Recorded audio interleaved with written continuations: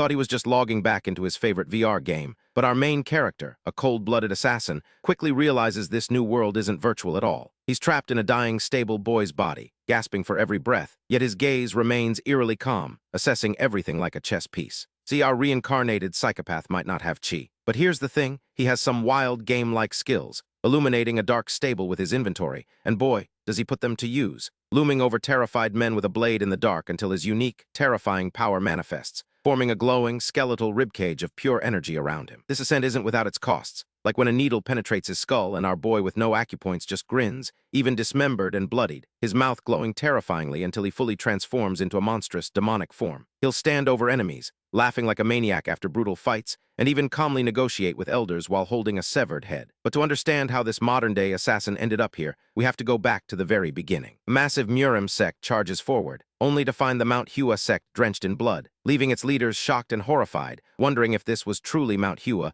believing it to be the work of a demon. But as a lone, bloodied figure holding a jagged blade emerges from the carnage, the sect leaders recoil in terror, and an intense, glowing red strike of energy erupts, prompting them to shout commands and charge forward. Then a blinding flash of energy explodes as the sect leaders clash with the lone figure amidst a red light, and our VR psychopath stands surrounded by an explosive red aura, while a fierce Murim sect leader yells in rage, "You bastard! Show yourself AT once." Leaders from the Shaolin, Wudang, Qingcheng, and Namgung sects prepare for combat, but our cold strategist, bare-chested and with a sword resting on his shoulder, calmly scratches his head, contemplating the severed head lying on the ground before stating directly to the camera that rumors can't be trusted, with an eerie, hollow expression, as the remaining sect leaders stare in shock at another corpse, and a Murim sect leader, eyes glowing with internal energy, screams in rage, challenging him to show if he's stronger than Mount Hua. They prepare to attack simultaneously, vowing to kill him and bring peace to Mount Hua's souls. And as our protagonist faces a barrage of energy attacks, he casually looks up with a wide, manic expression, noting, "This place really is fun." Suddenly, reality glitches into a VR interface as our VR psychopath wears a futuristic digital visor, which he then adjusts, before sitting on his couch with a game controller in a dark room, sighing as he touches his neck, holding the headset next to the Murim online game case, a recently developed virtual reality Murim game, known for its gratuitous gore and extreme violence, though it's flooded with complaints demanding the service be shut down. Our former assassin watches a news report about Mr. No's disappearance, thinking he'll need to do a more discreet method next time, as the news anchor reports on the breaking news about Mr. No of Dido Corporation, and he looks down with a cold, contemplative expression, while a muffled cry for help is heard from a screen, where Mr. No kneels, restrained and bleeding, begging for mercy, and he screams for help. Predator Hunter leans over him with a sledgehammer on his shoulder, grabbing him by the jaw, making Mr. No gasp for air and scream in pain, as flashbacks of Mr. No attacking victims appear above his terrified face, and the former assassin looms over him with the sledgehammer, saying, "If you really did nothing wrong, oopsie daisy, you wouldn't have become my prey." Mr. No screams in terror, begging for his life, vowing to repent. The one with old eyes delivers a heavy, forceful blow down onto his head, with a cold, psychopathic smile, holding the sledgehammer high above his head as a nightmarish vision of Mr. No's face flashes,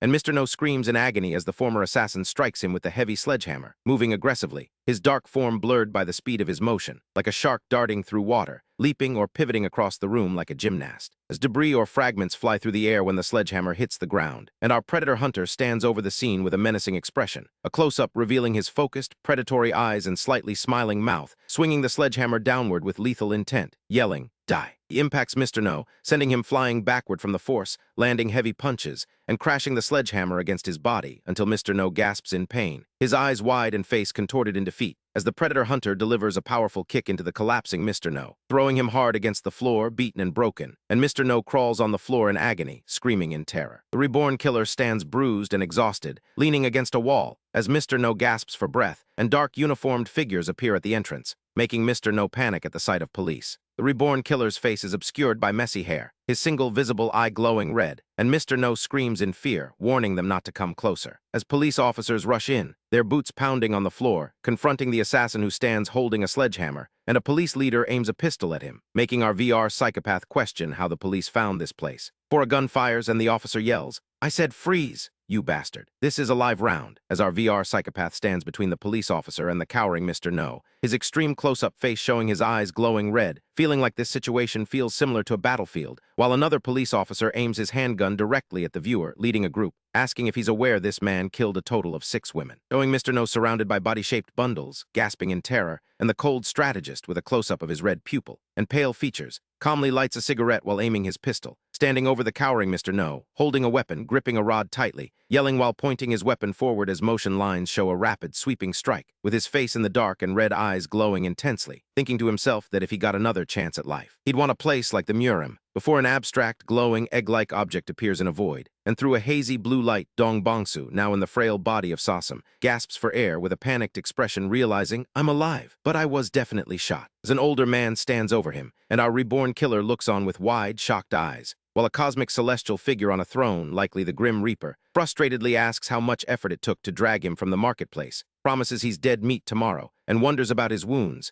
then declares that he is a man whose insults are a part of his plan. Our stable boy assassin, Sasam, is back to the grueling routine of the Danri clan, just as a gruff voice barks his name, and Sasam recognizes the bully, Mr. Machil. Machil, however, is less interested in greetings, commenting on a bad smell before ordering Sasam to follow him. Sasam, still acting the part of the frail, stuttering orphan, tries to protest that he hasn't finished cleaning, but Machil wastes no time with words, grabbing our protagonist by the face and demanding, "Does it seem like I'm fucking asking?" He shoves Sasam against the wall, reminding him that the clan is just housing and feeding a stuttering orphan, and finishes his speech by snarling, "You're merely a slave. Got it." Our reincarnated psychopath only stares back with calm, unblinking eyes. A moment later, they've moved to a room piled high with various weapons, where an older man asks another servant, Dongo, where Machil is. Dongo casually explains that Machil is at the Phoenix Tavern, drinking with a woman named Ying, and Sasam quietly confirms they are having a drink. The older man, sighing, expresses concern that moving all these weapons will be tough for just two people, given the sheer volume. Suddenly, Dongo, a heavily built man, approaches Sasam with a hearty laugh, and then, without warning, strikes the boy hard across the face, sending him sprawling and coughing on the ground. Dongo looms over the scene, a dark silhouette mocking Sasam's pain, and then makes a casual greeting gesture, declaring he also has plans at the Phoenix Tavern. Leaving our frail protagonist struggling on the ground, Dongo announces he's off and tells Sasam to work hard. Despite his injuries,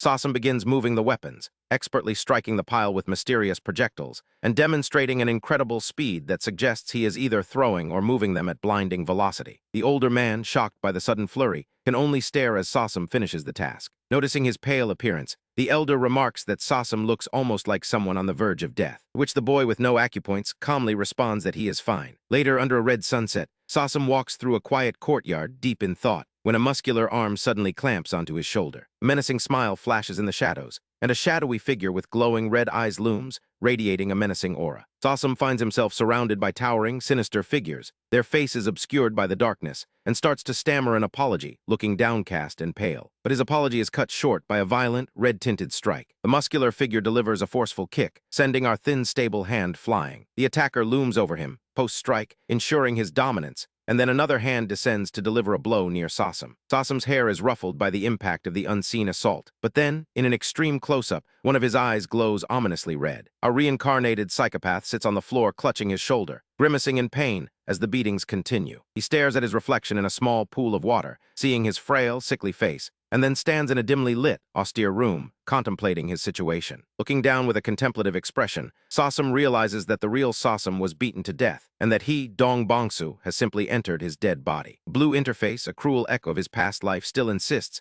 "Welcome to Murim Online, the world where the strongest reside." Meanwhile, an older man walks down steps, carrying a food bowl with a disgruntled expression, looking like his day has gone from bad to worse. He watches someone with a serious, observant gaze, and then a large, muscular man stands with his arms crossed, looking imposing. This man clenches his fist in frustration, clearly pained by the situation. Later, the older man kicks a door, seething that if he gets caught, his neck would be the first on the chopping block. He throws a bowl through the air, cursing about the idiot who survived and caused him all this trouble. The bowl lands on the floor near Sasam, who sits slumped against a wall, unmoving. Our pale protagonist remains frail and thin, enduring the abuse with a quiet dignity, his scarred face reflecting a sullen, detached expression. From a distance, Sasam observes a group of trainees practicing their martial arts, all holding swords in unison as they train in the courtyard. He watches a glowing sword blade move through the air with impossible speed, and sees the fantastical techniques, once thought possible only in novels and film, now playing out before him. People are flying around and moving faster than the eye can follow, a stark contrast to his own weak body. A man yells in a combat stance while the trainees watch intently, their faces filled with intense expressions during the sword training. Our stable boy assassin stares at a glowing blue interface screen, a status window of unknown values, and considers the situation. He clenches his scarred fist, a clear contrast to his frail body, as he notes that the people here all have their own emotions,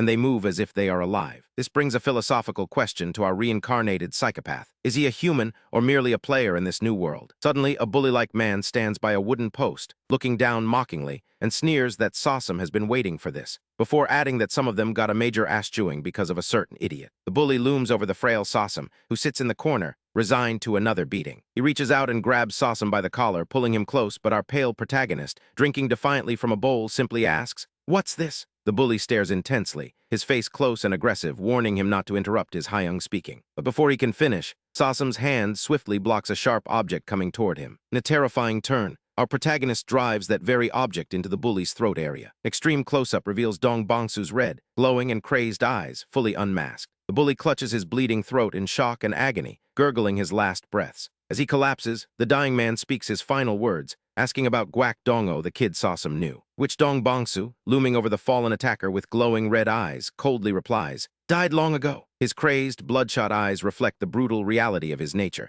as he finishes the job, striking the attacker in the throat with a sharp, decisive motion. Dong Bongsu lands a final, bloody blow against the attacker's neck, cementing his kill. Standing from behind, looking up into a dark, blood-red atmosphere, Dong Bongsu muses on his identity and the feeling of this place. His silhouette against the dark, blood-red sky signifies a shift in his mindset, as he declares that none of that matters. Wide shot reveals a chaotic battle scene with fires burning in the night, a brutal world in which he can finally thrive. With an unsettling, calm grin, Dong Bongsu declares that in a place like this, he can hunt to his heart's content without having to hide his true nature, acknowledging that even stronger, more monstrous carnivores than him exist in this jungle. He looks down at his bloodied hands, smiling as he realizes these predators are surely roaming free in the Murim. As sunlight streams down, our true predator reaches his hand toward the sky, promising that as soon as this body recovers, he will continue the hunt, and the new Murim is where he will begin. A reincarnated psychopath contemplates his next target, musing, "Usually, a guy like HIM wouldn't even be worth hunting." But then a magical blue ripple appears,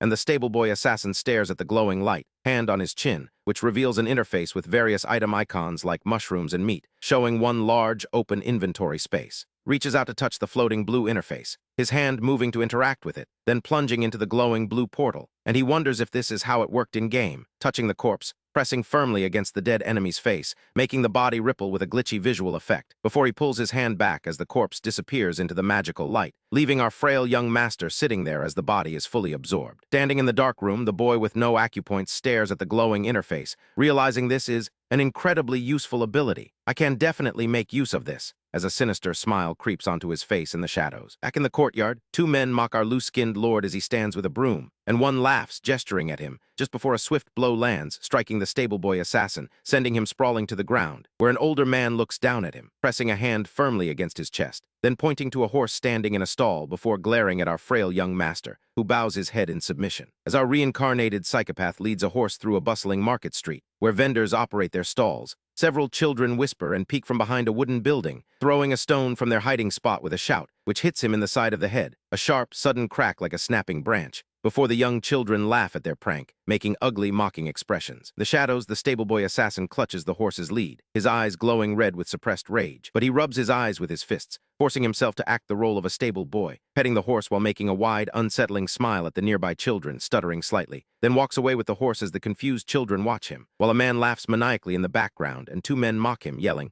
stuttering SOSAM and SOSAM's a mute. The boy with no acupoints stands still as a dark, menacing aura radiates from him, a stark reminder of his true nature before he continues walking across the dusty ground. Nearby, a man named Mackle complains while holding a broom, lamenting, "HAH, a man like MACHIL shouldn't be stuck cleaning weapons," looking down with annoyance as another man approaches a wooden door, wondering where he was when our loose-skinned lord peeks through looking confused, and the man asks why he's coming out of there. Inside, various weapons glimmer on an armory wall, and our reincarnated psychopath bows with an exaggerated, manic grin to the man, whose eyes widen in shock, as the stable boy assassin offers a small cloth pouch of money with a sly smile, which the man opens to reveal gold coins inside, before he laughs, putting his arm around our hero, and claps him hard on the back, clutching the money pouch tightly while the boy with no acupoints stands in the background with his broom. Our frail young master has a cold, sharp, and calculating look in his eyes, revealing his true intent. Later in the street, an elderly man in dark robes holding a money pouch encourages a bolder approach than constant bowing, with a close-up of a bandaged wrist holding the small, dark pouch, as another man throws a money pouch toward the entrance of the Phoenix Tavern, and a man with a thin mustache laughs while looking off-panel. Then the elderly man smiles as someone claps him on the shoulder, while inside, a man bows his head deeply in a dark room, and another man laughs with an intense manic expression. Echoing the sentiment, as a hand with bandaged wrists holds a small pouch, shown in dim red light, and the man with the thin mustache looks down at his palm, grinning widely. Through a crack in a wooden door, a woman in elegant robes stands in a doorway, facing a seated man,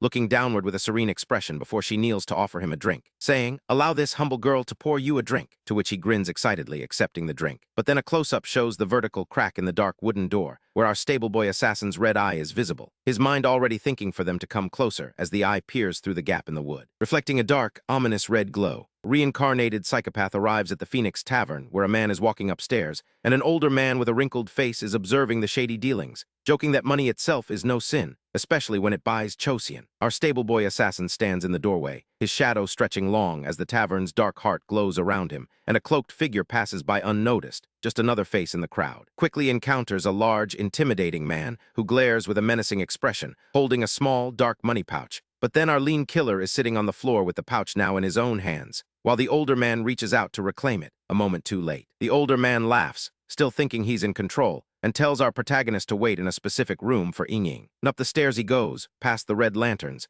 with the older man watching him ascend into the tavern's upper reaches, his bandaged, scarred hand already a tool of silent menace. Deep in the shadows, our reincarnated psychopath observes a shirtless large man who confidently flexes his muscles, oblivious to the danger, happily handling a long cloth strip for what he thinks is a pleasant evening. And in a sudden shock, the large man is attacked from behind, gasping as he struggles for breath, as the stable boy assassin uses that very cloth strip to strangle him, the victim barely managing to question his attacker, before our lean killer violently jerks the cloth, forcing him down to the ground, where he collapses in a heap. Our psychopath's eye glows a terrifying red as he continues to apply pressure, watching the large man's eyes roll back, accepting his fate until his arm drops, signaling the end. Dong Bangsu reaches out towards the lifeless body, looming over his defeated prey with a chillingly deranged expression. He stares down at the dead man with a sinister grin, his large hand reaching out from the darkness in a clawed, grasping motion, and then, incredibly, cradles the man's head in his lap. Lying on the wooden floor, our stable boy assassin stares up with a vacant, chilling expression, his body partially covered by a thin fabric, as if sleeping after a strenuous effort, before he crawls near the defeated body, curling up in a fetal position,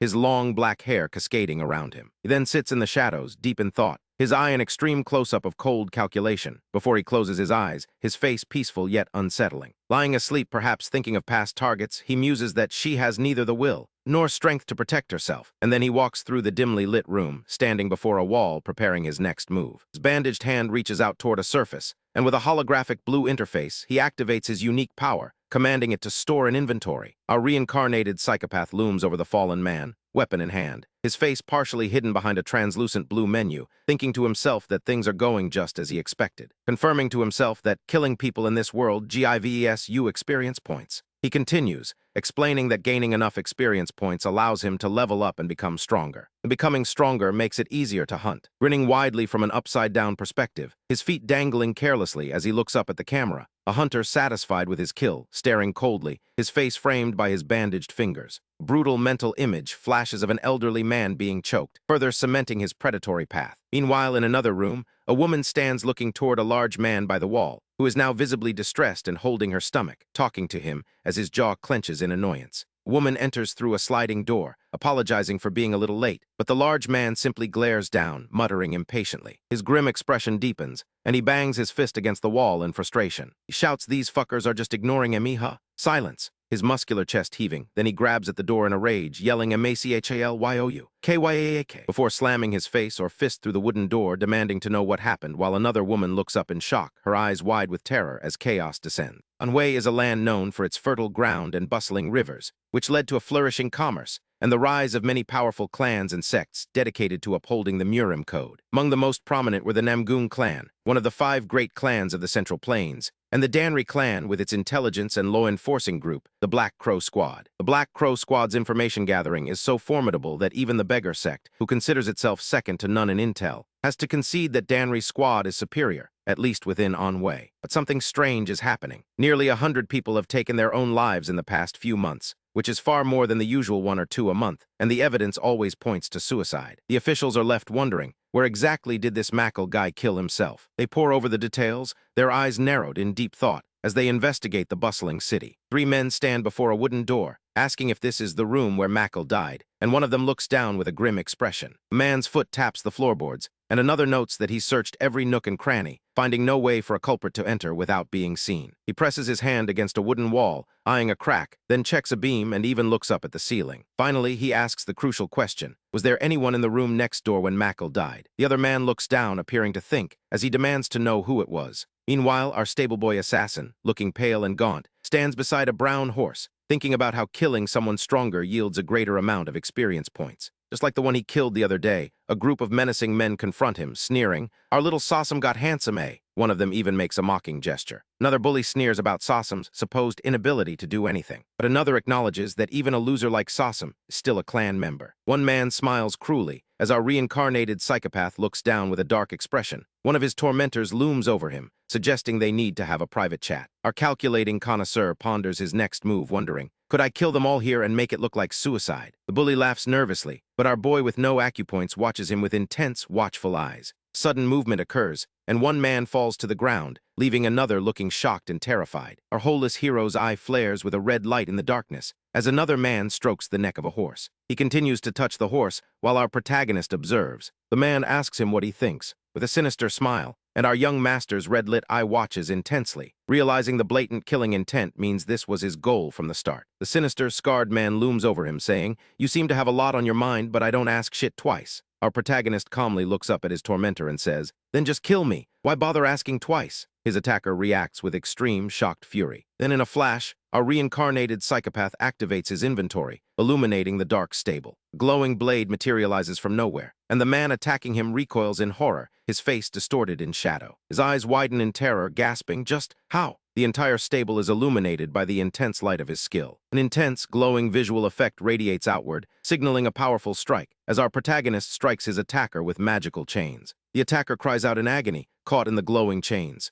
Our young master is surrounded by a dark, demonic aura. The attacker screams in terror, "A demon! He's a demon! Run!" No. One of the terrified men breathes heavily, running frantically into a dark room full of barrels, then through a narrow passageway towards a sliver of light, continuing his desperate sprint through the dim, debris-filled alleyway. His eyes are wide and sweat-beaded with terror as he stares ahead. But our stable-boy assassin is faster, lunging forward with a kick, bringing the man to the ground in pain. The man reaches out towards the light at the end of the corridor, crawling along the floor, looking defeated and terrified, as a shadowy figure approaches him. The man is dragged by his collar, still muttering about doing a favor and trying to make some money like usual. Our reincarnated psychopath pulls him along the floor, and the man looks up with an expression of shock and terror, letting out a pained gasp. Our calculating connoisseur asks, "Ah, so you woke up?" As the terrified man gasps, "D-demon?" The man begs for help, as our young master holds a blade to his face, looming over the cowering, terrified figure in the dark. His face is sweating profusely as he realizes his life is in danger, with the blade pressed to his throat. The terrified man screams in panic, blurting out, "The Black Society, it was about them." And our protagonist asks about the group. The man explains that the Black Society is an unorthodox group controlling Byung's back alleys, and Jang Ho was one of its executives.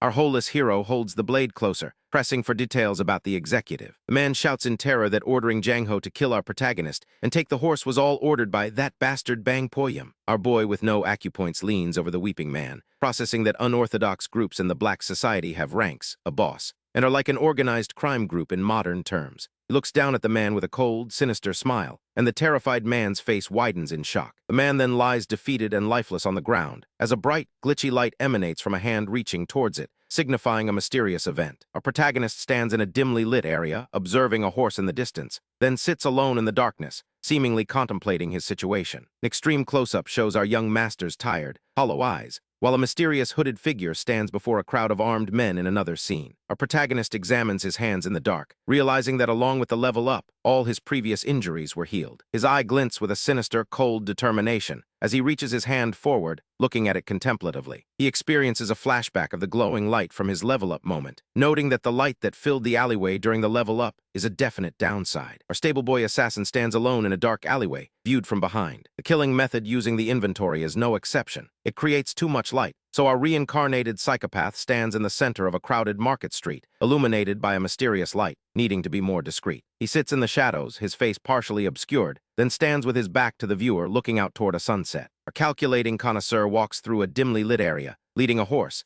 then through a bustling town street at night, and finally through a busy market street with his horse, trying to blend in. Just as he's thinking, an unknown hand grabs him by the shoulder. Our young master glances back, his face displaying a sharp, sinister look as the person asks point blank, "Did you kill Matchel?" A reincarnated psychopath sits in a dark stable, staring at a critical system error that popped up right after he leveled up to 2, a problem the Murim online system claims will have no issues proceeding. But our sharp-eyed strategist knows better, realizing this glitch must be a discrepancy caused by his very existence here, operating a game system he shouldn't even be in. As he scrutinizes his stat window, he wonders if it's all related to the error, noticing that his previously question-marked stats have now changed into satisfying gauge bars. He scrolls down the list, specifically eyeing passive skills like block and throw. Suddenly, a blue sigil flashes in his eye, and an enemy alert blares through his system, detecting a high-level opponent within 20 meters, counting down, as the system then automatically casts his spirit eye. Conditions met. Our cautious commander walks across the stable, wondering if this is some kind of built-in early warning system. Standing near the door of the Danry family premises,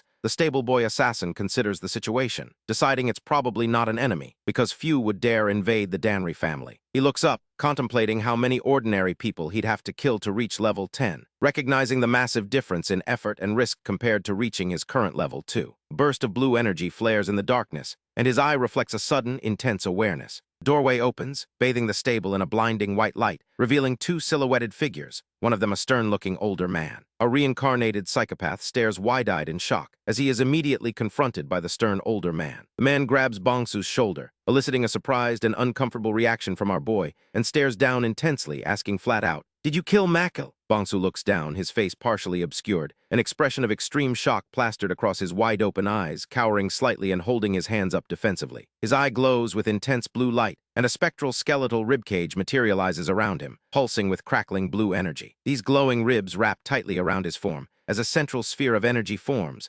surrounded by a swirling dark orb and vortex of blue light. The stern man, his hand still on our calculating connoisseur's shoulder, emits some blue energy himself, while Bongsu's face reflects the intense blue glow, making the older man breathe heavily in surprise. The stern man then walks away, leaving our boy standing alone in the dim room, a concerned and slightly frightened look on his face. A reincarnated psychopath stands silently by the wall, looking forward with cold, dark eyes. Outside, under the moonlight, 2 men discuss the encounter, with one asking if the other was still suspecting that guy. The other, an elderly man, confirms that yes, he was. Close-up shows a glowing blue energy effect, like a surge of power, and a man with a headscarf looks on with wide, startled eyes. The elderly man, his back to the viewer, then reveals to his colleague that the reading they got from our boy was completely empty as he looks up at the full moon, confirming no internal energy. In the pouring rain, a guard stands watch before a large wooden gate, only to be struck from behind by an unseen attacker. Another guard flees in terror, profusely apologizing as his comrade drops like a sack of stones, while 2 more guards stand before the gate, one nervous, the other shouting in confusion, and one points upward, looking concerned at the chaos unfolding. Another guard looks down with a grim, resigned expression, knowing their fate. One guard shouts angrily, his words cut off mid-sentence by a red splash, leaving his comrade looking down in utter confusion at the sudden violence. The last guard realizes his peril just as a dark, glowing figure looms behind him, too late to finish his warning about their leader. A lone hooded figure, our methodical menace, stands before the dark gate, having dispatched the guards, as their severed heads roll down the stone steps in the rain. The figure reaches up toward the heavy gate handles, then walks through the large courtyard in the rain. The hooded man in his dark cloak stands before the temple gate, as a flurry of arrows flies through the dark air towards him, but our reincarnated psychopath merely stares from beneath his hood, completely unfazed. A large crowd of warriors in the rain faces the dark gate, where our hooded harbinger stands solitary, and their warrior leader confronts him, blade drawn, saying, "I knew you'd come here." The hooded figure simply stands there, unflinching in the rain. 2 guards watch as the hooded Dong Bongsu approaches the temple gate, which stands against the stormy sky, lightning cracking overhead, as our boy stands solitary, ready to face them all. The warrior leader yells in fear as he charges forward, and warriors clash blades against an unseen force, their attacks futile, like striking at smoke. A reincarnated psychopath spins through the air, creating a whirlwind of blades, initiating a powerful strike, glowing with red energy, unleashing a bloody circular blade attack against multiple foes. A wide-reaching sweep he calls the Thousand Army Sweep. A massive red wave of energy obliterates the path in front of him. Terrified warriors react, helplessly struck down by the devastating red energy. Bongsu cuts through enemies with lethal, flowing movements, as warriors shout in desperation, with one vowing to kill the attacker himself. But our hooded harbinger simply spins through the air, his dark cloak billowing as he strikes, using his energy to strike down warriors with a red circular effect around him. He continues his assault, moving through enemy lines with lethal speed and flowing movements, silencing the screams of terror, as a warrior reaches out towards him, collapsing mid-curse. Bangsu channels power through his blade as lightning crackles in the stormy sky, striking another warrior, who screams as he is hit by the final blow. Our boy lunges forward, slashing through his enemy in a display of lethal martial art, leaving the defeated warrior's eyes wide with shock as he collapses. Under his hood, Bangsu's cold, calculating eyes are visible through a bloodied cloth mask, as he strikes with his blade, creating an impact of light and energy, and the elderly warrior leader gestures to his men, still confronting our boy, but he stares at the blade, confused and horrified, asking, smiling. Our reincarnated psychopath glares with glowing eyes, holding a bloodied sword, looking utterly manic. Silhouettes of attackers surround him in the pouring rain, as our boy's face, illuminated by glowing eyes, appears in an intense close-up, standing victorious before the ominous building in the distance. Inside, a man in traditional robes looks distressed, listening as the screams die down significantly, realizing one guy is killing them all. The man grips his head in panic and disbelief, his eyes wide with intense shock and fear. He bites his thumb in anxiety, surrounded by darkness and rain. The man looks toward the distant gate, shouting in desperation, then watches from cover as archers prepare to fire inside a building, convinced they have the advantage in the dark. He gestures frantically, yelling, "Fire!" And a volley of arrows rains down upon the courtyard area as the man cowers behind a stone pillar with his masked archers waiting. Suddenly, an unseen attacker strikes the masked archers with lethal wounds, and a sickening crunch echoes. The man looks up, terrified, sensing a presence nearby, as a swift sword strike cuts through the dark, rainy environment. The man stands defenseless, holding his sword, staring at our boy, who stands as a dark silhouette, facing the terrified man as he demands to know what he wants. The man stares in shock and horror at his attacker. Bangsu's glowing blue eyes pierce the absolute darkness as he reveals his cold demand. "I only want one thing," the Black Society leader, Bang Poyam. Even after gaining power from his last kills, our methodical menace knew he was still too weak to face the Black faction head-on, so he changed his methods to lure and ambush, resorting even to arson to begin his relentless hunt. By the time the White Tiger Unit leader becomes alarmed, our grim avenger is already known as the Nameless Righteous Swordsman by officials and townsfolk, having wiped out more than half of their unit with his silent killing spree. Masked and legendary, our silent hunter found it even easier to dispose of the unorthodox faction, reaching level 5 and gaining his first active skill, Kinggong, along with the Three Forces sword art. And soon, children were even playing games mimicking the Nameless Righteous Swordsman, as our calculating killer erased factions like the Red Wolf Gate from the world, leaving only one unorthodox group left in Bangyang, nestled in a mysterious building. Our relentless tracker finally arrives at this mysterious building, where a lone figure with a double serpent insignia sits waiting, their back to the gate, unaware that Dong Bangsu is closing in, while an unseen elderly man watches from above as lightning flashes, his gaze fixed on our grim avenger. The elder descends and directly questions, "So you are the Nameless Righteous Swordsman?" Our grim avenger stands ready in the rain, while the elderly man watches him from a stone ledge,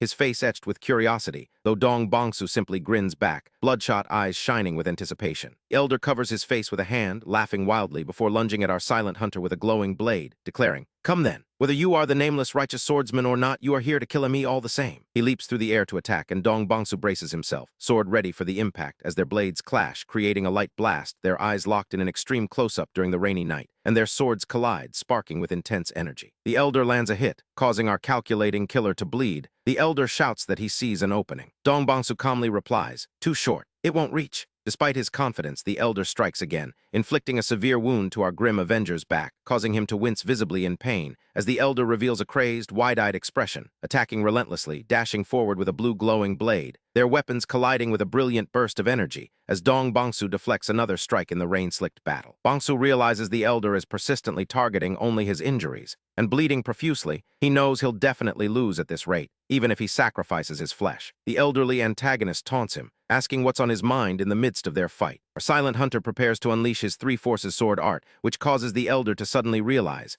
"A whip sword? Got you!" Our calculating killer's whip sword successfully strikes the elder, who stares with wide, glowing eyes, admitting the attack was quite effective. Dong Bangsu grins through his bleeding neck and face, engaging the elder in a high-speed clash of weapons, trailing movement lines. As a surge of blue energy swirls in circular patterns amidst the rain, an explosive force clears the air, creating a shockwave near the traditional building. Dong Bangsu stands in the rain, looking toward the aftermath of the explosion, and the elderly antagonist reacts with wide, glowing eyes. Giant spectral blue snake coils above our grim avenger in the stormy night, and the elder, finding Bangsu's technique truly peculiar, lunges forward wreathed in the snake's coils. But Dong Bangsu's face remains cold and resolute, while the elder tears open his clothing, revealing snake-like armor plating underneath, and he makes a wild, aggressive posture, his eyes glowing brightly, declaring, I had more slash hidden, and you have less. Our silent hunter is immediately met with a spectral blue snake attack, as an unseen enemy yells for him to die now. But our nimble tracker, positioned in the shadows, easily dodges the strike, moving like a shadow skipping across stones,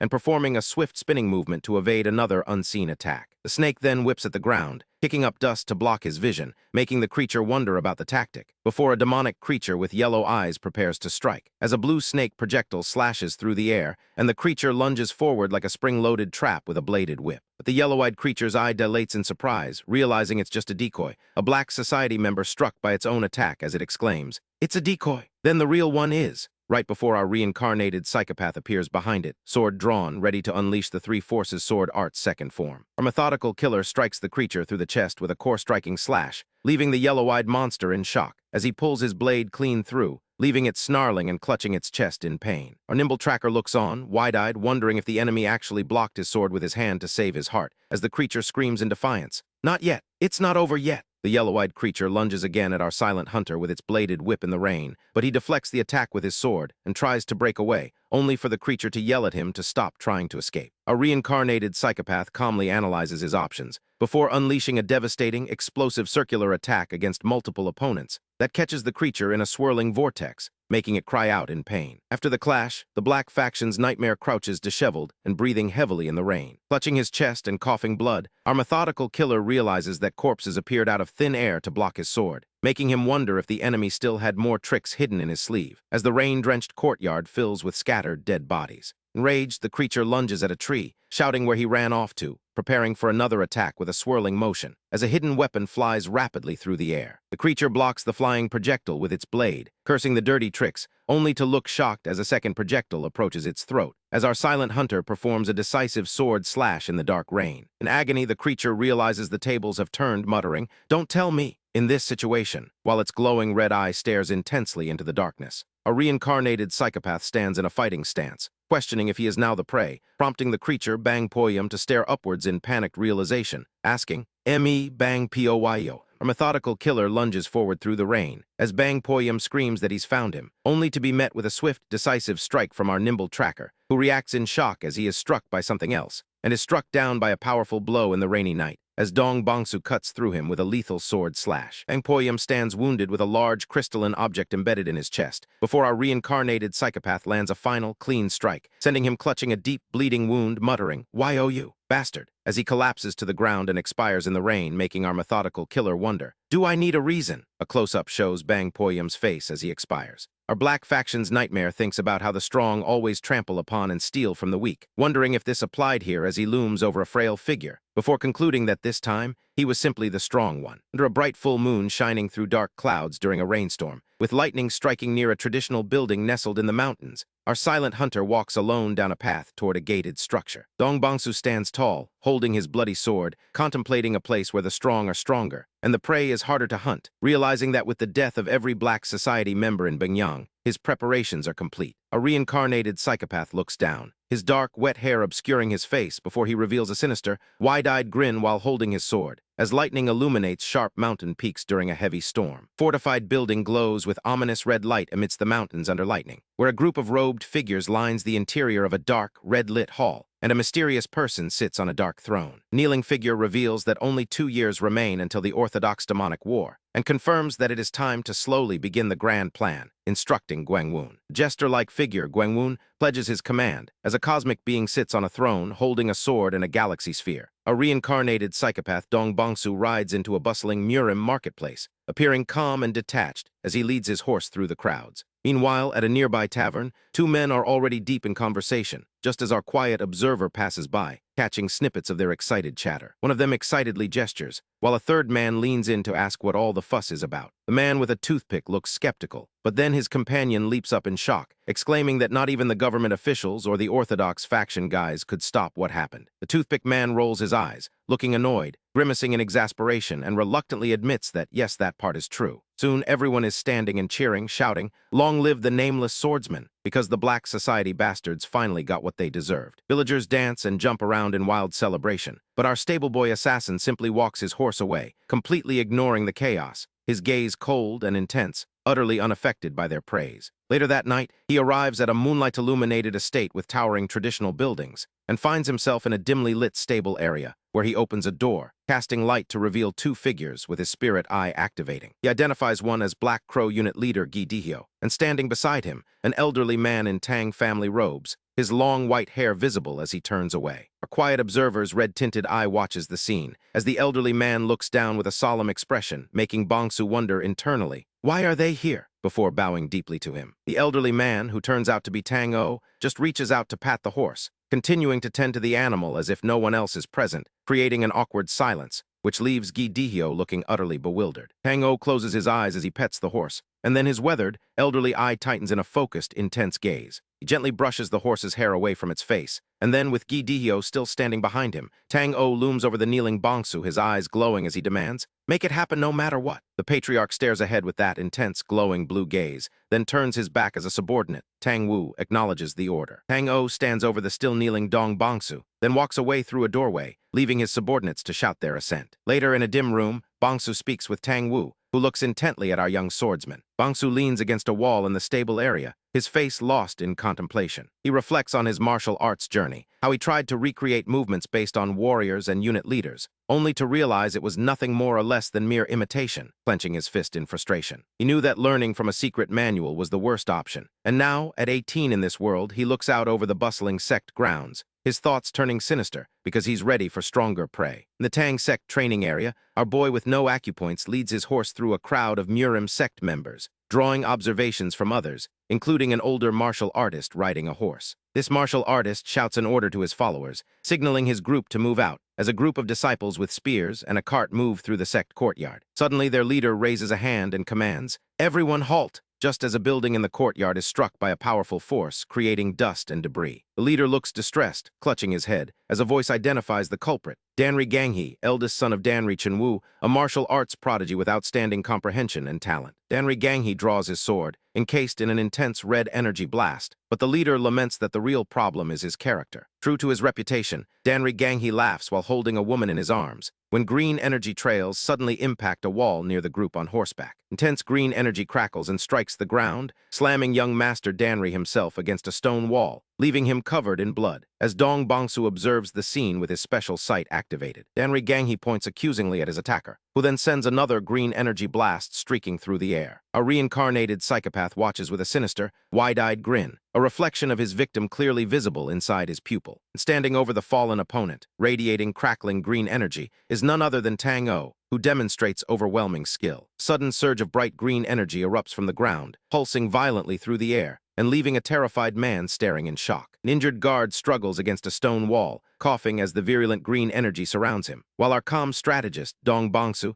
stands casually holding his horse's reins, just looking up. Another injured man on the ground gasps, warning that more forces have approached within 20 meters, and green energy slashes through the scene as if in response. Another guard yells in shock at the approaching soldiers, but Dong Bongsu just smiles with a cold, unsettling expression, his red eye reflecting the silhouettes of the new arrivals. Standing arms crossed, an older martial artist, Tang Wu, emits a wave of green energy, then stands over a fallen man, engulfed in his poison aura, letting the green energy engulf the entire space. As one martial artist charges across the courtyard, the old poison master, Tang Wu, looks on with glowing green eyes, unleashing a massive explosion of his signature energy. New man glares intensely, looking concerned, as the martial artist in dark robes readies his sword for battle in the courtyard. This grim older martial artist, Tang O, stands in the foreground with his troops and Dong Bongsu gathering behind him, while a group of martial artists charge toward a central figure, a man unknown even to the leader of the Black Crow unit, who knows everything about the Anhui Murim. A reincarnated psychopath's intense red eye observes everything, while a glowing green eye,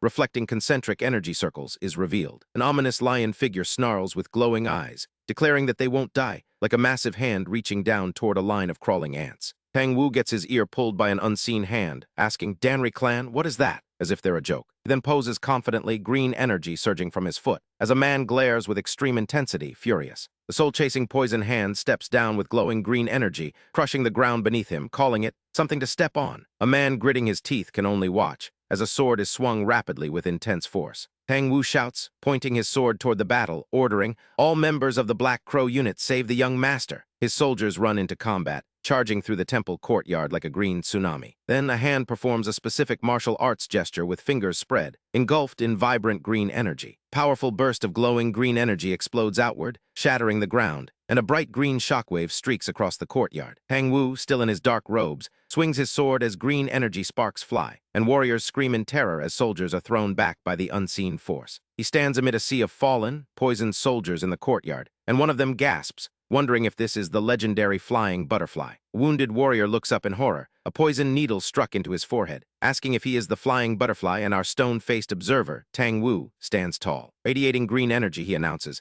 "This old man is none other than the Soul Chasing Poison Hand, Tang Wu." He stands alone in the center of the courtyard, surrounded by fallen warriors, confirming his place among Murim's strongest as an intense, skull-like green aura forms around him, declaring, "For those who offend Tang Wu, when they become spirits, they cannot escape his poison hands even after death." Dong Bangsu stands silently with his horse, watching the carnage, as a profile close-up of Tang Wu's face, wreathed in green toxic energy, shows him thinking about the scoundrels of the Danri clan. Our stableboy assassin observes the courtyard as green energy surges from Tang Wu. Suddenly, Tang HWA arrives at the temple entrance, addressing someone with a curious HMM. Tang Wu and Tang HWA stand in the courtyard, the old master looking down at the defeated opponent. Tang Wu has a content, closed-eye expression, as they both look toward the defeated, broken opponent. Tang Wu's hand strikes the face of the fallen, wounded opponent, standing over him as he struggles to remain upright. Tang Wu clenches his glowing green fist, preparing to strike again, telling HWA they'll go, his eyes swirling with green energy. Dong Bangsu stands with his horse, watching the field of defeated soldiers in the background, looking on with a focused expression, clutching his horse's reins. Split panel shows Dong Bangsu's green glowing eye contrasted with his focused face,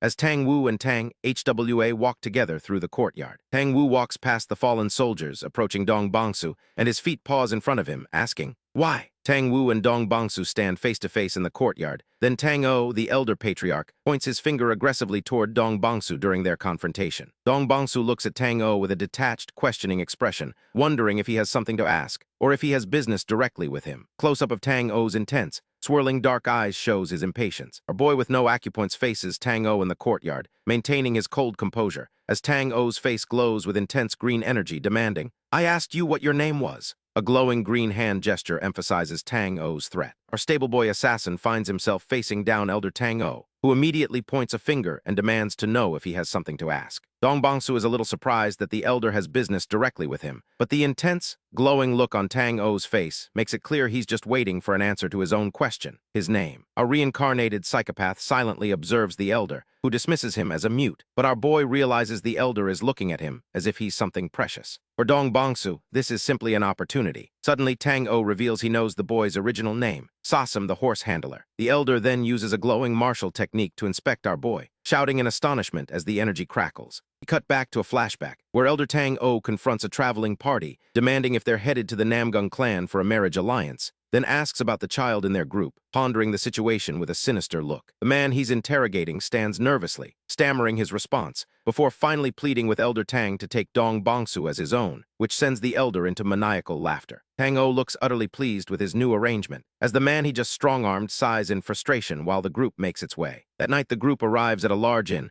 but our resourceful psychopath isn't sleeping. He's in the stable, meditating beside his horse. Close-up reveals his intense red eye as he focuses, clenching his fist as he works to retrieve swords or corpses from his inventory, or fire them out. Shimmering, sand-like glowing particles stream from his hand, and he gazes forward with an intense expression. Our boy with old eyes notes that he needs more way to use his powers, at least when it comes to himself, a psychopathic grin spreading across his face. Someone approaches his stable door, and it's Tang HWA, sternly telling him to please follow along. Dong Bangsu looks up at the young Tang mistress, who announces her arrival before opening a door inside the building. She leads him into a large room with an ornate golden dragon mural on the wall, where Tang O is waiting for them. Dong Bangsu calmly sits in a meditative posture before the mural, as Elder Tang O watches him with glowing, intense eyes. The elder observes our boy with satisfaction, and then produces a golden, carved artifact depicting a dragon and phoenix. Tang HWA reacts with shock, asking her grandpa what on earth he's doing, and if he's really going to use that. Tang O ignores her, closing his eyes tightly while holding the artifact, while Dong Bangsu maintains his intense, wide-eyed gaze.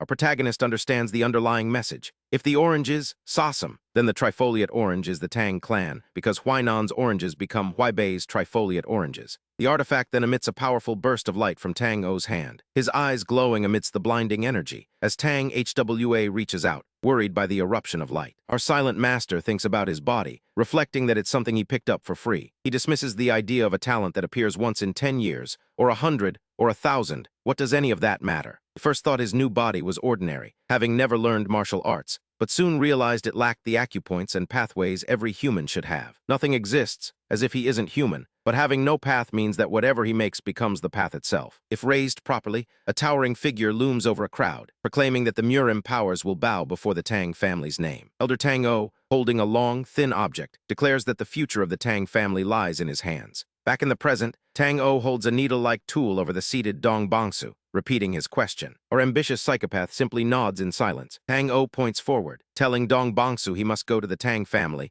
and prove himself worthy of their surname before the elders and family head. The elder levitates, surrounded by green energy and needles, announcing he will now perform the Great Reformation ritual on our boy. He instructs Tang Hwa to stand guard, and she takes her position in the doorway, surrounded by floating green needles. Dong Bangsu sits in meditation, Tang O hovering behind him amidst swirling green energy. Green energy flows around our boy's hand, as Tang O directs a glowing needle toward his head. The needle penetrates the top of Dong Bangsu's head, his eyes widening. He sits meditating calmly, with the long needle inserted. Tang O observes our boy's unique body of no meridians, realizing Tang Wu couldn't possibly know this, and must have come up with the absurd idea of a body without meridians. Many glowing needles are inserted into our boy's back, and Tang O explains that even though these acupoints are temporarily created, there is no blockage in the flow of qi and blood. In fact, his qi flows several times faster than that of an ordinary martial artist. Tang O gestures with green energy, guiding a golden needle, then looks at a container filled with various insects, a centipede glowing intensely inside. The manipulative elder says that is why he must be even more cautious. He holds a needle with the centipede attached, preparing to insert it into Dong Bangsu's ear. Tang O's menacing face looms above, stating that if he cannot possess it then. Dong Bangsu remains in meditation, surrounded by swirling green energy, listening intently as Tang O speaks his name. A bead of sweat appears on our boy's face. Later, Tang Hwa stands somberly, as Dong Bangsu walks across the courtyard of the Tang estate during sunset. He smiles maliciously, now holding a glowing centipede within a blue energy field from his hand, a sinister, sharp-toothed grin curling on his mouth, his eyes staring intensely forward. From the shadows emerges a mysterious hooded figure with glowing eyes and a sinister grin, and a man with an evil smile laughs maniacally, announcing, "I am your father." Long-haired man with glowing red eyes stares forward with a calm, predatory smile, followed by a dark figure surrounded by purple energy, wielding a second power, a stylized silhouette of a person holding a blade to their own throat, surrounded by red energy, and a mysterious character in dark robes casting a spell, foretelling future threats and powers. Above the illuminated city, within a quiet room, someone is clearly having a very bad night. An unknown assailant with long hair has an unfortunate victim pinned down, causing them intense pain, while another person with reddish hair lies on the floor looking distressed. Their eyes show pure strain and fear as a masked intruder drops from the shadows, blade ready, to finish the job. The assailant with glowing eyes is brutally efficient, delivering swift, blurring attacks against their helpless target, then retreating across the room with speed. But our target isn't as helpless as they look, because Dong Bangsu, trembling with rage, suddenly roars, "Hey!" His face contorts in fury as he glares at the masked adversary, whose eyes glow intensely with supernatural light. A bright flash erupts as our reincarnated psychopath and the mysterious intruder clash in a burst of energy, with Bangsu extending a hand to telekinetically pull weapons from a rack to his side. Their next exchange is a powerful burst of purple light and swirling darkness, as the masked assailant prepares another devastating move. Shadowy, menacing figure unleashes a powerful strike, but the stable boy assassin leaps through the air like a spring-loaded jack-in-the-box, energy swirling around him. Powerful arc of dark energy sweeps across the room, leaving destruction in its wake, but Bangsu dodges it like a seasoned matador with a defiant, "Not so fast." The attacker unleashes more dark energy waves and lunges, manifesting as a swirling vortex. Our boy with no acupoints reacts with shock, gasping, "HM, don't tell me that's..." As dark energy slashes through the air, swirling violently around the masked figure who prepares a final, devastating blow. A former stable boy, bruised and bloody, looks up in confusion and alarm as the scene suddenly shifts to a different, much calmer room, where a stern man announces that 9 years and 190 days have passed. A blond man sitting nearby grins sinisterly and confirms the speaker is Mad Cloud, before asking about orders for Ash Shadow. Mad Cloud responds that orders have come down, causing the blond man's face to be shrouded in shadow with glowing eyes, and his hand to tremble on the desk. The blond man looks up with a crazed expression, confirming they are finally moving forward with their plan, and asks about Shifting Shadow, only to be told that the 15th of this month is Shifting Shadow's wedding day in the Namgung clan. The blond man reacts with confusion, then leans forward with a predatory expression, asking if Shifting Shadow is something. His fingers twitch, then dig into the wood of the table as sweat appears on his face. Mad Cloud stands framed by shadows. Then the blond man taps a rhythm on the table, and with a sinister, shadowed grin declares, "That should be enough." Mad Cloud walks away as the blond man watches, leaving the pale-haired man, possibly Shifting Shadow, looking sinister and shirtless. Cold, calculating eye looks out from the deep shadows around him, as a burst of dark energy expands in the center of the room. Covers his face with one hand, looking disturbed, as a narrator explains that Shifting Shadow became a hero of the Orthodox faction. The pale-haired man winces with a pained, intense expression, then walks away from the dark energy on the floor. He orders the room cleaned of filth, while an older man bows in acknowledgement. Now calm, the pale-haired man walks down a corridor, and then looks out at a nighttime cityscape from a balcony, staring blankly at the pagoda-filled horizon. Close-up of the pale-haired man's calm face is shown, as the scene finally transitions back to a small village in the mountains at night. Soldiers march, and a group on horseback rides through the night, with Elder Tang-O remarking they arrived sooner than expected, glancing toward Dong Bongsu in the distance, who calmly looks forward while thinking about the Namgung clan, the masters of this massive, glowing city. The Namgung clan's city is alight with lanterns and festivities, complete with a dragon dance, but not everyone is enjoying the celebration, as a group of beggars pleads for help. A guard brandishes a spear, yells at them, and then kicks one of the beggars in the face like he's punting a football. As the beggars cry out, a silhouette appears at the door, and a handsome young man in blue and white robes steps through the doorway, questioning the commotion. The guard bows nervously to this new arrival, who smiles gently down at him, as observers whisper about how tall and handsome he is. The young man walks forward, still smiling, reaching out a hand to help a beggar with a gentle, "Are you all right?" He turns away, still smiling, as an older man explains how this legendary young wanderer traveled the Jianghu alone, eventually defeated the Yin-Yang twin demons, and became the son-in-law of the Namgung clan. Elder Tang-O reacts with shock as a Tang sect member strikes another character in the face. Elder Tang-O then walks forward with Tang HWA, calling others useless. He shouts for silence to a gathering, his intense eyes glowing. Young man bows in respect as Tang-O stands before him, addressing the courtyard. Close-up of Tang-O's glowing eye as he declares, "Excellent, excellent, but that is all." The young man looks surprised and asks what he means, as Tang-O simply walks away, asking for Byoke. The young man reaches out a hand, then dashes after the elder like a sprinter off the blocks, while others look on. Meanwhile, our stable boy assassin stands in the street, his wide, empty eyes observing everything, with an interface box hovering near his head. He thinks there's a subtle gap between the young hero and Tang Wu, concluding that if so, this hero is the new high-level enemy. A reincarnated psychopath's red eyes zero in on the hero, declaring him perfect, too perfect, and therefore the same species as himself. Scene shifts to a multi-storied building with swords stuck into the roof edges, where Tang-O stands in the courtyard with Tang HWA and other clan members, remarking on the swords of past clan heads. A close-up of Tang-O's eye shows his focus, as he talks to a young man at the base of long stone stairs, then walks up them alone. Inside, Tang-O talks to an older, taller, white-haired man, and Tang HWA, watching from the hall, wonders if her grandfather and the clan head are that close. A young woman with a hair ornament turns to address Tang HWA, smiling and saying, "It's been a while, HWA." The journey continues as our reincarnated psychopath and his companions arrive on a deck overlooking a river filled with glowing lanterns, where our frail master extends a hand toward the beautiful floating lights, while a woman talks nearby, and he observes from the side, seeing a smiling man in traditional robes approach them on the ship, before heading towards a building structure on the deck. But our calculating killer looks ahead with a cold, calculating expression, taking in the multi-story building structure, his intense red eyes glowing in the night. A reincarnated psychopath senses he's unwittingly fallen into a massive, unseen scheme later looking down from a rooftop, his face serious and alert, as he calculates the height at around 5 meters. Back on the deck, a man approaches our frail master, who silently observes a young martial artist with brown hair, holding a small bottle, and later, as he stands in a dimly lit corridor, he learns he can simply ask the boatman for directions. Deep within a cabin, a chilling system message alerts him that an enemy over 10 levels higher has approached within 20 meters, with the distance fluctuating before rapidly closing again, as a shadow reflects an approaching figure. A red-eyed strategist's gaze turns intense, watching distant buildings across the water from the ship's deck, now staring at a burning city, and his hand clenches tightly against the ship railing in grim realization. He has no idea how wide the gap between his power and theirs truly is, as the massive, ancient complex is engulfed in intense flames at night. a frail master finds himself caught between a rock and a hard place, declaring that by his side is Tang Wu, but ahead of him are the enemies of the Namgung clan. He bows his head for a moment, then looks up with a wide, manic grin that stretches across his pale face. Meanwhile, 3 figures stand before a stone building, facing a closed entrance, where a subordinate asks squad leader Go Sangong if they really have to do this. Go Sangong, an elderly man with gray hair, glares with intense irritation, snapping, "Hey, you son of a bitch," before lunging forward and grabbing the subordinate's clothing in a rage,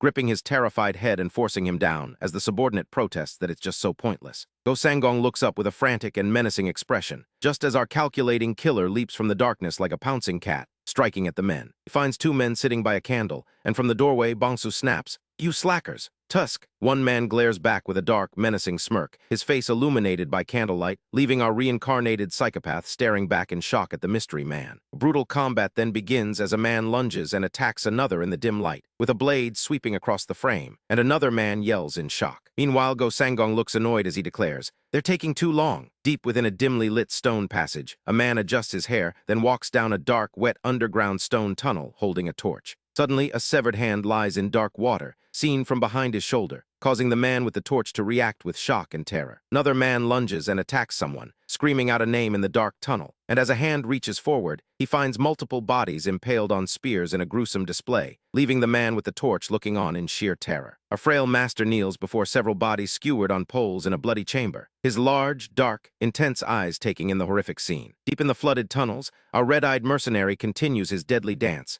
leaping through the water as he clashes blades with a powerful warrior, whose shock at Bongsu's ferocity is clear, as Bongsu's own intense red eye stares him down. Their glowing energy bursts through the darkness in a flash of light, leaving his opponent fuming as their weapons lock. The opponent, blazing with blue energy, swings his weapon in a powerful arc, creating another intense burst of energy as their blades connect, before they separate, landing back into the flooded corridor. The enraged warrior stares at Bongsu, yelling, "You came as a guest, so why are you doing this?" But our reincarnated psychopath offers no explanation, his face perfectly cold and detached. The opponent's face distorts with anger as he rages that Bongsu tore apart their clan's martial artists and skewered them, demanding to know if he claims that's for the Namgung clan. The opponent, enveloped in powerful blue energy, prepares another strike, vowing Bongsu wouldn't die an easy death. But our relentless tactician counterattacks instantly, surrounded by a dark crimson aura, his red eyes showing extreme focus as he unleashes his heavenly wind-flowing cloud, core-striking slash. The 2 forces meet in a violent clash of red and blue energy, signaling a decisive blow. As a new opponent engages our boy with no acupoints in the water-filled tunnel, this new foe, surrounded by blue energy blades,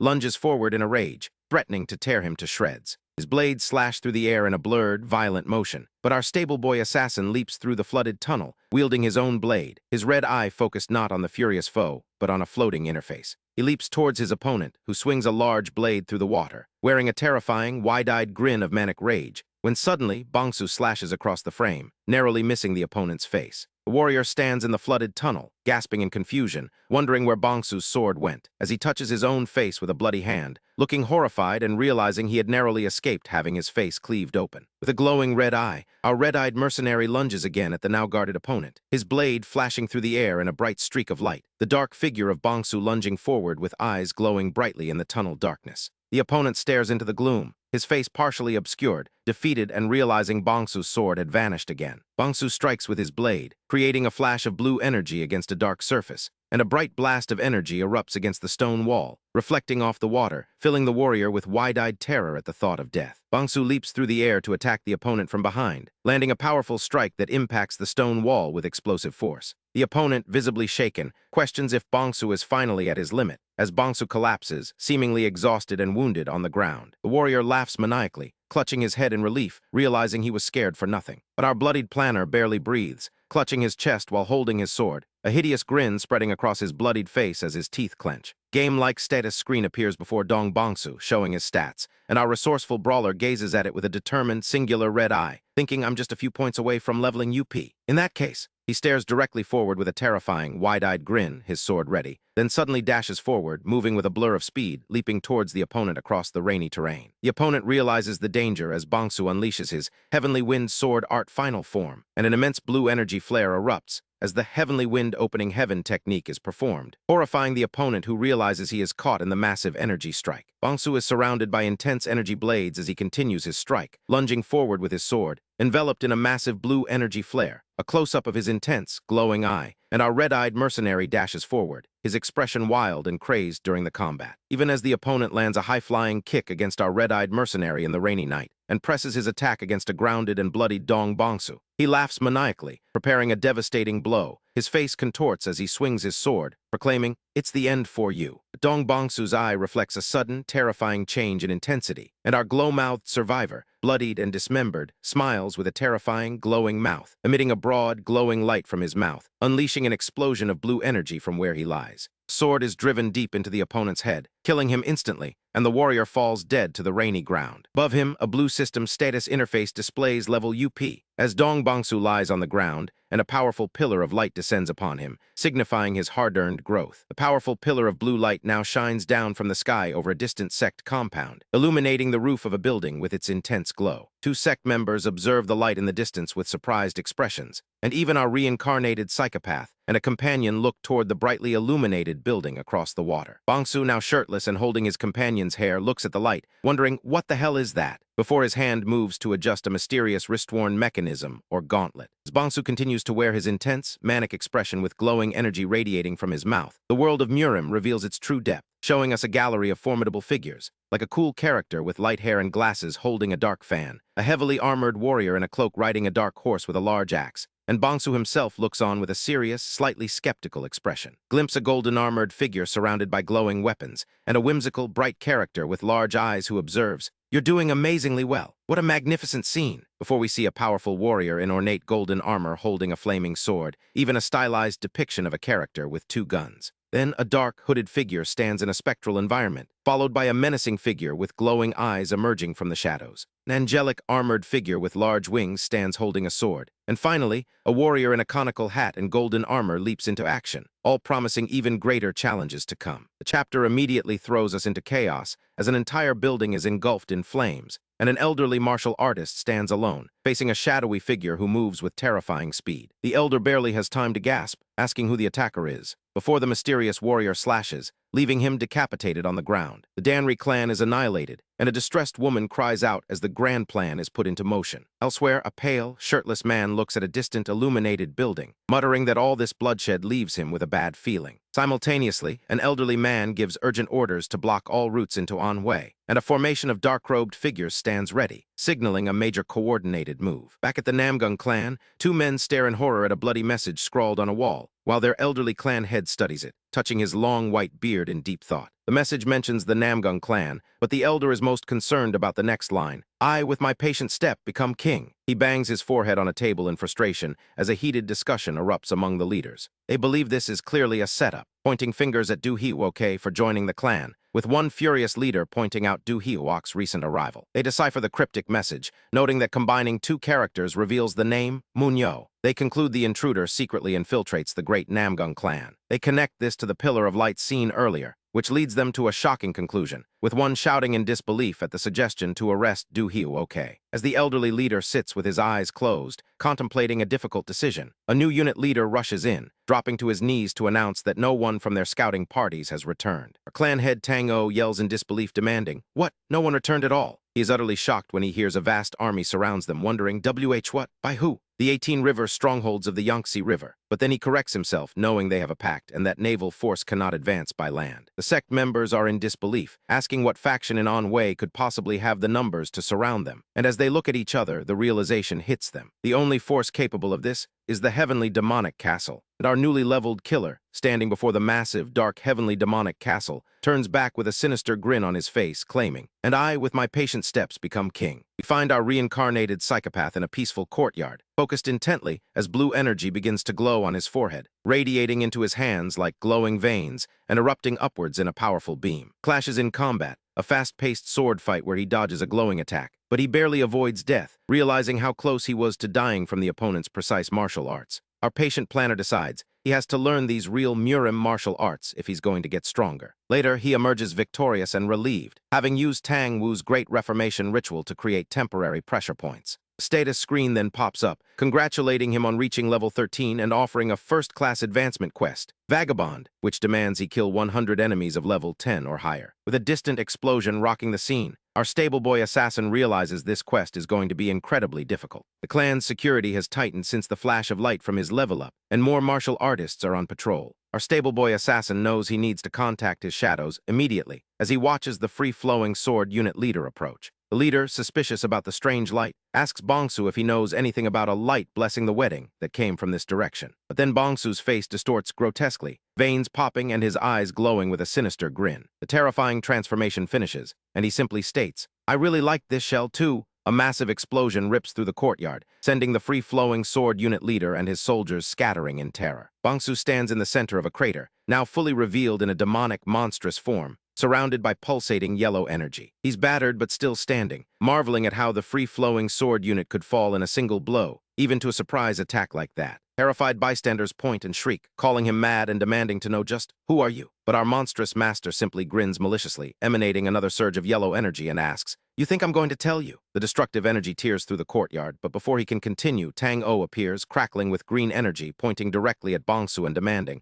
"What do you think you're doing right now?" As Tang-O demands to know what our reincarnated psychopath thinks he's doing, an elderly martial artist cloaked in crackling green energy intervenes, already clashing fiercely with another unknown combatant. Our calculating strategist watches, noting that it's Tang Wu, and just as he expected, he's intervened. The fight explodes with green energy, and the unknown opponent reacts in shock to Tang Wu's attack, leading to an energy blast that clears the area. Tang Wu stands victorious, observing his downed foe. The defeated foe expresses his deep gratitude to Tang Wu for saving him, acknowledging his distinctive technique, before Tang Wu walks away, muttering that the Murim has indeed grown cold lately. But from the smoke emerges a mysterious dark figure, glowing ominously, who grins with sinister intent, then raises his sword towards the sky, still grinning. A massive energy blast impacts the ground in the distance, and the elderly Tang Wu turns to confront this new threat, surrounded by flying needles of green energy, demanding to know who he is while he's still being civil. Our boy with the red eye watches the unfolding battle with a patient, calculating expression, realizing the grinning attacker is planning to make a run for it. It's strange enough that this guy is here alone, but our strategist suspects he's been looking for something this whole time. Suddenly, Tang HWA appears, questioning why Grandfather Tang-O is over there, which makes our boy with the cold smile quickly realize the true target, Tang HWA herself. If so, then he has a plan. The powerful attacker leaps through the air, striking with yellow electrical energy like a bolt of lightning, shouting, "Found you!" He launches multiple projectiles at Tang HWA, demanding to know if she's determined to see this to the bitter end. As the mysterious figure shrouded in green energy advances, Tang HWA flees in the background, but a massive release of yellow energy creates a blinding explosion on the stone ground. Bongsu watches the intense energy blast from a distance, noting the combatant threw his sword mid-battle. Tang-O shouts in alarm, rushing toward Tang HWA, who stands frozen in shock amidst the swirling yellow electrical currents. But our calculating strategist intercepts Tang HWA, sweeping her away from the incoming attack, just as the energy blast destroys the stone ground where she was standing a moment ago. The courtyard is left a desolate wreck, and Tang-O rushes across the broken landscape, frantically calling for Tang HWA. He finds our boy with no acupoints holding an unconscious Tang HWA in his arms, and Tang-O asks, "Did you save Tang HWA?" He reaches out to take her from Bongsu, his face filled with shock. Suddenly, Tang-O reacts to an unseen threat above, looking up at a figure perched on a building roof, who smiles down sinisterly, glowing with power, and acknowledging that Tang Wu is strong. The villain acknowledges Tang Wu's strength, realizing he is a true master. He then addresses Tang-O below, calling him, "Great hero Tang." The mysterious antagonist prepares to move on the roof, looking down from his perch and asking about the pillar of light he just saw. A reincarnated psychopath glances back over his shoulder, as the antagonist explicitly links him to the pillar of light seen last night. The antagonist leaps swiftly across the roof, moving like a phantom, and a massive bolt of energy strikes the ground, causing another explosion. Tang-O stands protectively over Tang HWA in the ruined courtyard, who coughs, distressed. Tang-O's eyes widen with shock and dawning realization as he curses, "We've been had." A wide overhead shot shows Tang-O and Tang HWA in the cracked, ruined courtyard, with the roof of a nearby building partially destroyed by an energy explosion. Inside, a man sits amidst defeated warriors on the destroyed roof, laughing, and declares the Namgung clan's defensive 3 Emperors 9 Kings formation has been destroyed. Another man with a head bandage holds up 2 fingers,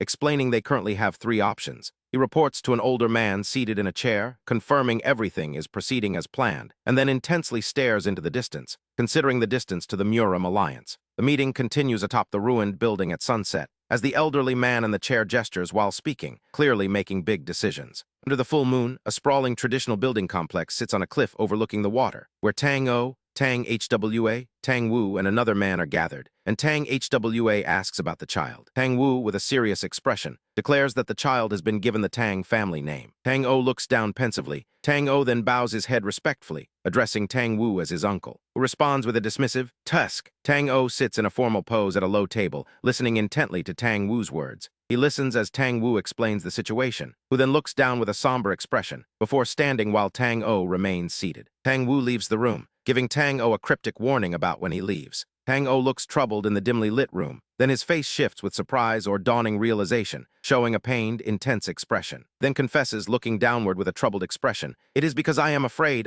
we won't even last 10 days. An unseen individual looms over Tang O, shouting, "You crazy bastard!" Tang O kneels as Tang Hwa approaches, begging him to endure with all his might, promising to return with reinforcements. Our calculating observer, Bongsu, watches from the doorway, looking into the room, and reflects from his cliffside vantage point overlooking the sea that it was a good thing he saved Tang Hwa. To think he would hear the Namgung clan's desperate plan firsthand. He watches a large temple structure lit up at night, while Tang Hwa, grabbing her hair, wonders what on earth her grandfather is planning. Her face is wide-eyed and stressed. Later, Tang Hwa and Bongsu stand in a courtyard at night, she looking distressed and flushed in the dark. Tang Hwa speaks softly, thanking him for saving her as they stand on a cliff edge under the full moon. Bongsu listens, looking to the side, his expression shadowed and intense. Figure stands alone on a dark cliff edge overlooking the water, and then a scarred, muscular man appears in the woods with a shadowed figure behind him. His eye has a cold, intense gaze. The scarred man grins crazily in the woods, holding something, then stands next to Bongsu, both looking ahead into the night. A reincarnated psychopath and the scarred man stand on a rocky cliffside. The scarred man brushes his hair back with a wicked grin, his face transforming into a monstrous visage with glowing yellow eyes and a wide, toothy grin. The monstrous figure recoils as its body undergoes a violent transformation. Then a woman stands under the moonlight, looking up and proposing a new approach. The woman with flowing hair declares that in this form, she doesn't even need someone like Namgung Hai. A calculating observer stares in shock, asking, "You that appearance, Namgung Hai?" The monstrous face laughs hysterically while the transformed woman stands in the background, a close-up showing a wide, sinister grin on a pale-faced man, but Bongsu responds with a cold smile of his own. The woman's face, with glowing yellow eyes, is monstrous. Bongsu replies he doesn't care about gender, only if it looks and tastes good, making the woman's distorted, monster-like face curse. Suddenly, a hawk flies in the night sky toward the two figures by the water, its talons grasping a rolled-up message scroll in midair. Bongsu and the transformed woman look toward the night sky in the forest, and he asks if the message is from Water Shadow. The hawk approaches his outstretched hand with the scroll, and Bongsu confirms his suspicion. The ships have set sail. The transformed woman smiles as she holds a feather from the hawk, saying she's going to follow it. Bongsu and the woman converse,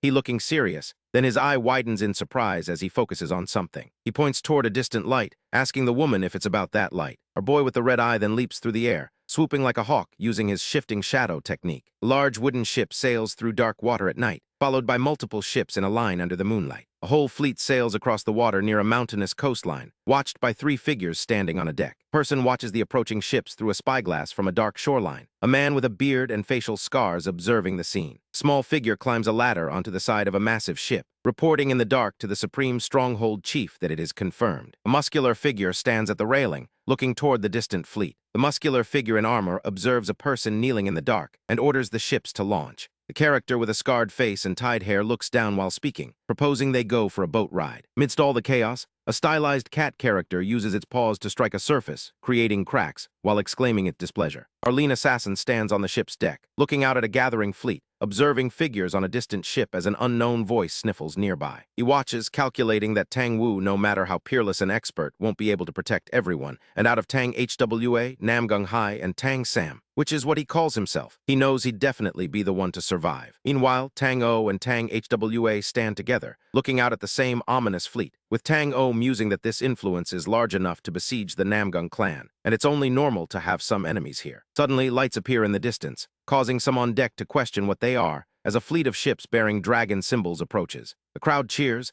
thinking these are reinforcements, shouting that the Namgung clan's message must have been received. But as Tang O and Tang Hwa observe the approaching ships, Tang O's face shifts, realizing these aren't the 18 waterway strongholds coming to help, and they are definitely not saved. A massive fleet of enemy ships with flaming lights is rapidly closing in on the dark water, blocking their path, and dozens of ships now stand in their way. Tang O's face contorts in alarm as he realizes the dire truth. They aren't reinforcements. They are not reinforcements. He shouts that they have to turn the ships around immediately as the enemy fleet gathers in a tactical formation. Our sharp-eyed tactician, Dong Bongsu, agrees, insisting they need to turn around right now. But it's too late as a muscular fighter with a mace stands ready, and enemy archers line the deck of a ship with a large dragon banner. An enemy warrior commands his archers, while Tang HWA and Tang O react with shock. Fire arrows rain down on the water, illuminating the sea in a deadly glow, and chaos erupts as Tang HWA, Tang O, and our protagonists dodge the incoming attacks like startled birds. Fire impacts the wooden deck, a barrage of fire arrows striking the defenders,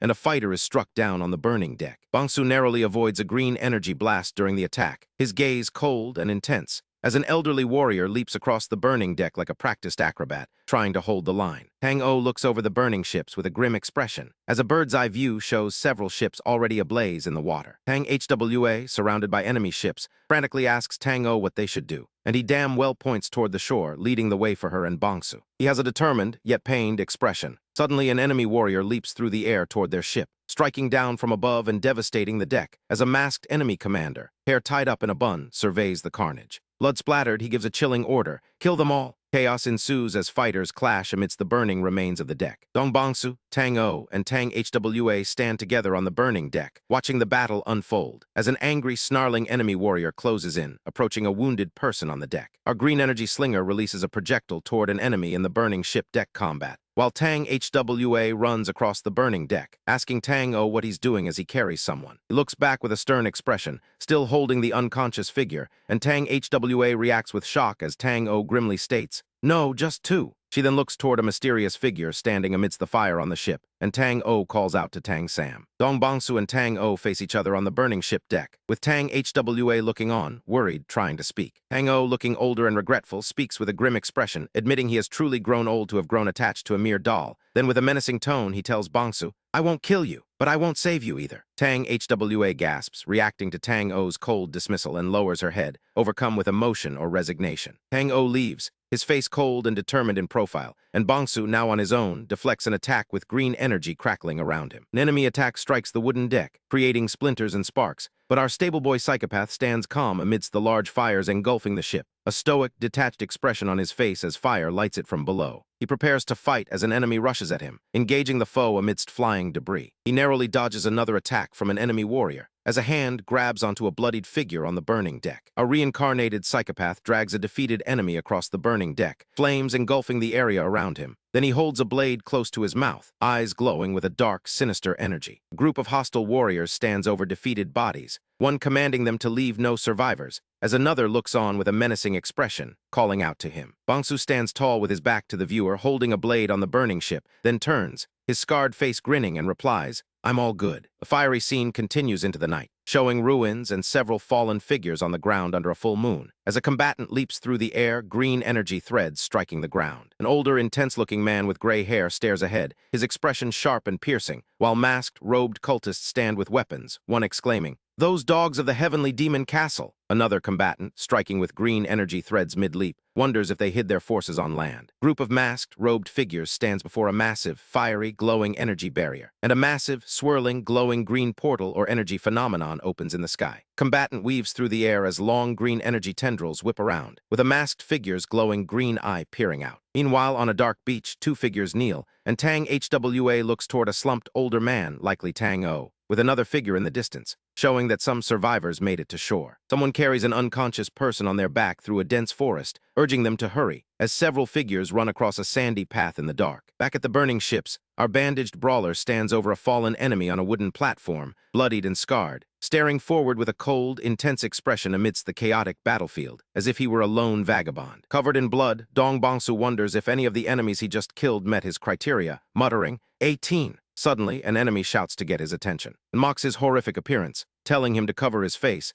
asking if he has any idea what he looks like right now. Our scarred strategist's eyes glow red with intense, psychopathic focus, but he calmly agrees and wraps his face in a cloth to hide his identity. Nearby, a mysterious figure with unruly hair looks out over the battlefield toward the enemy subordinates. A bearded, shirtless man, the vice stronghold leader, stands confidently in front of the fire, addressing his subordinates. They bow, greeting him respectfully. One subordinate reports that they've killed everyone on the ships, But there's more. The Vice Stronghold leader rubs his head in irritation, saying he'll have to speak with the Stronghold leader. But then hears that Tang Wu, along with a few experts and the remaining survivors, fled to the shore. His subordinates bow deeply in response. Meanwhile, our red-eyed hunter watches, his glowing eye visible through the gaps in his face wrappings. Large traditional ships with dragon insignia are docked on the water at night, and a muscular, stoic woman in armor stands on the deck, facing the fire, holding a mace. The bearded Vice Stronghold leader addresses her. "You're late, shifting shadow." He smiles, questioning if she knew. The muscular woman replies that she received word from Ash Shadow that he'd be coming. The Vice Stronghold leader continues to smile at her, noting her expression. He strokes his beard while looking at the woman, as they stand together on the ship's deck. The muscular woman, looking down with a sinister grin, reveals, "We're driving him to Xianzheng Mountain as planned." The Vice Stronghold leader touches his throat, laughing about how their target will be hopelessly cornered at the edge of a cliff. His face contorts in a close-up laugh. The muscular woman grips the handle of her mace,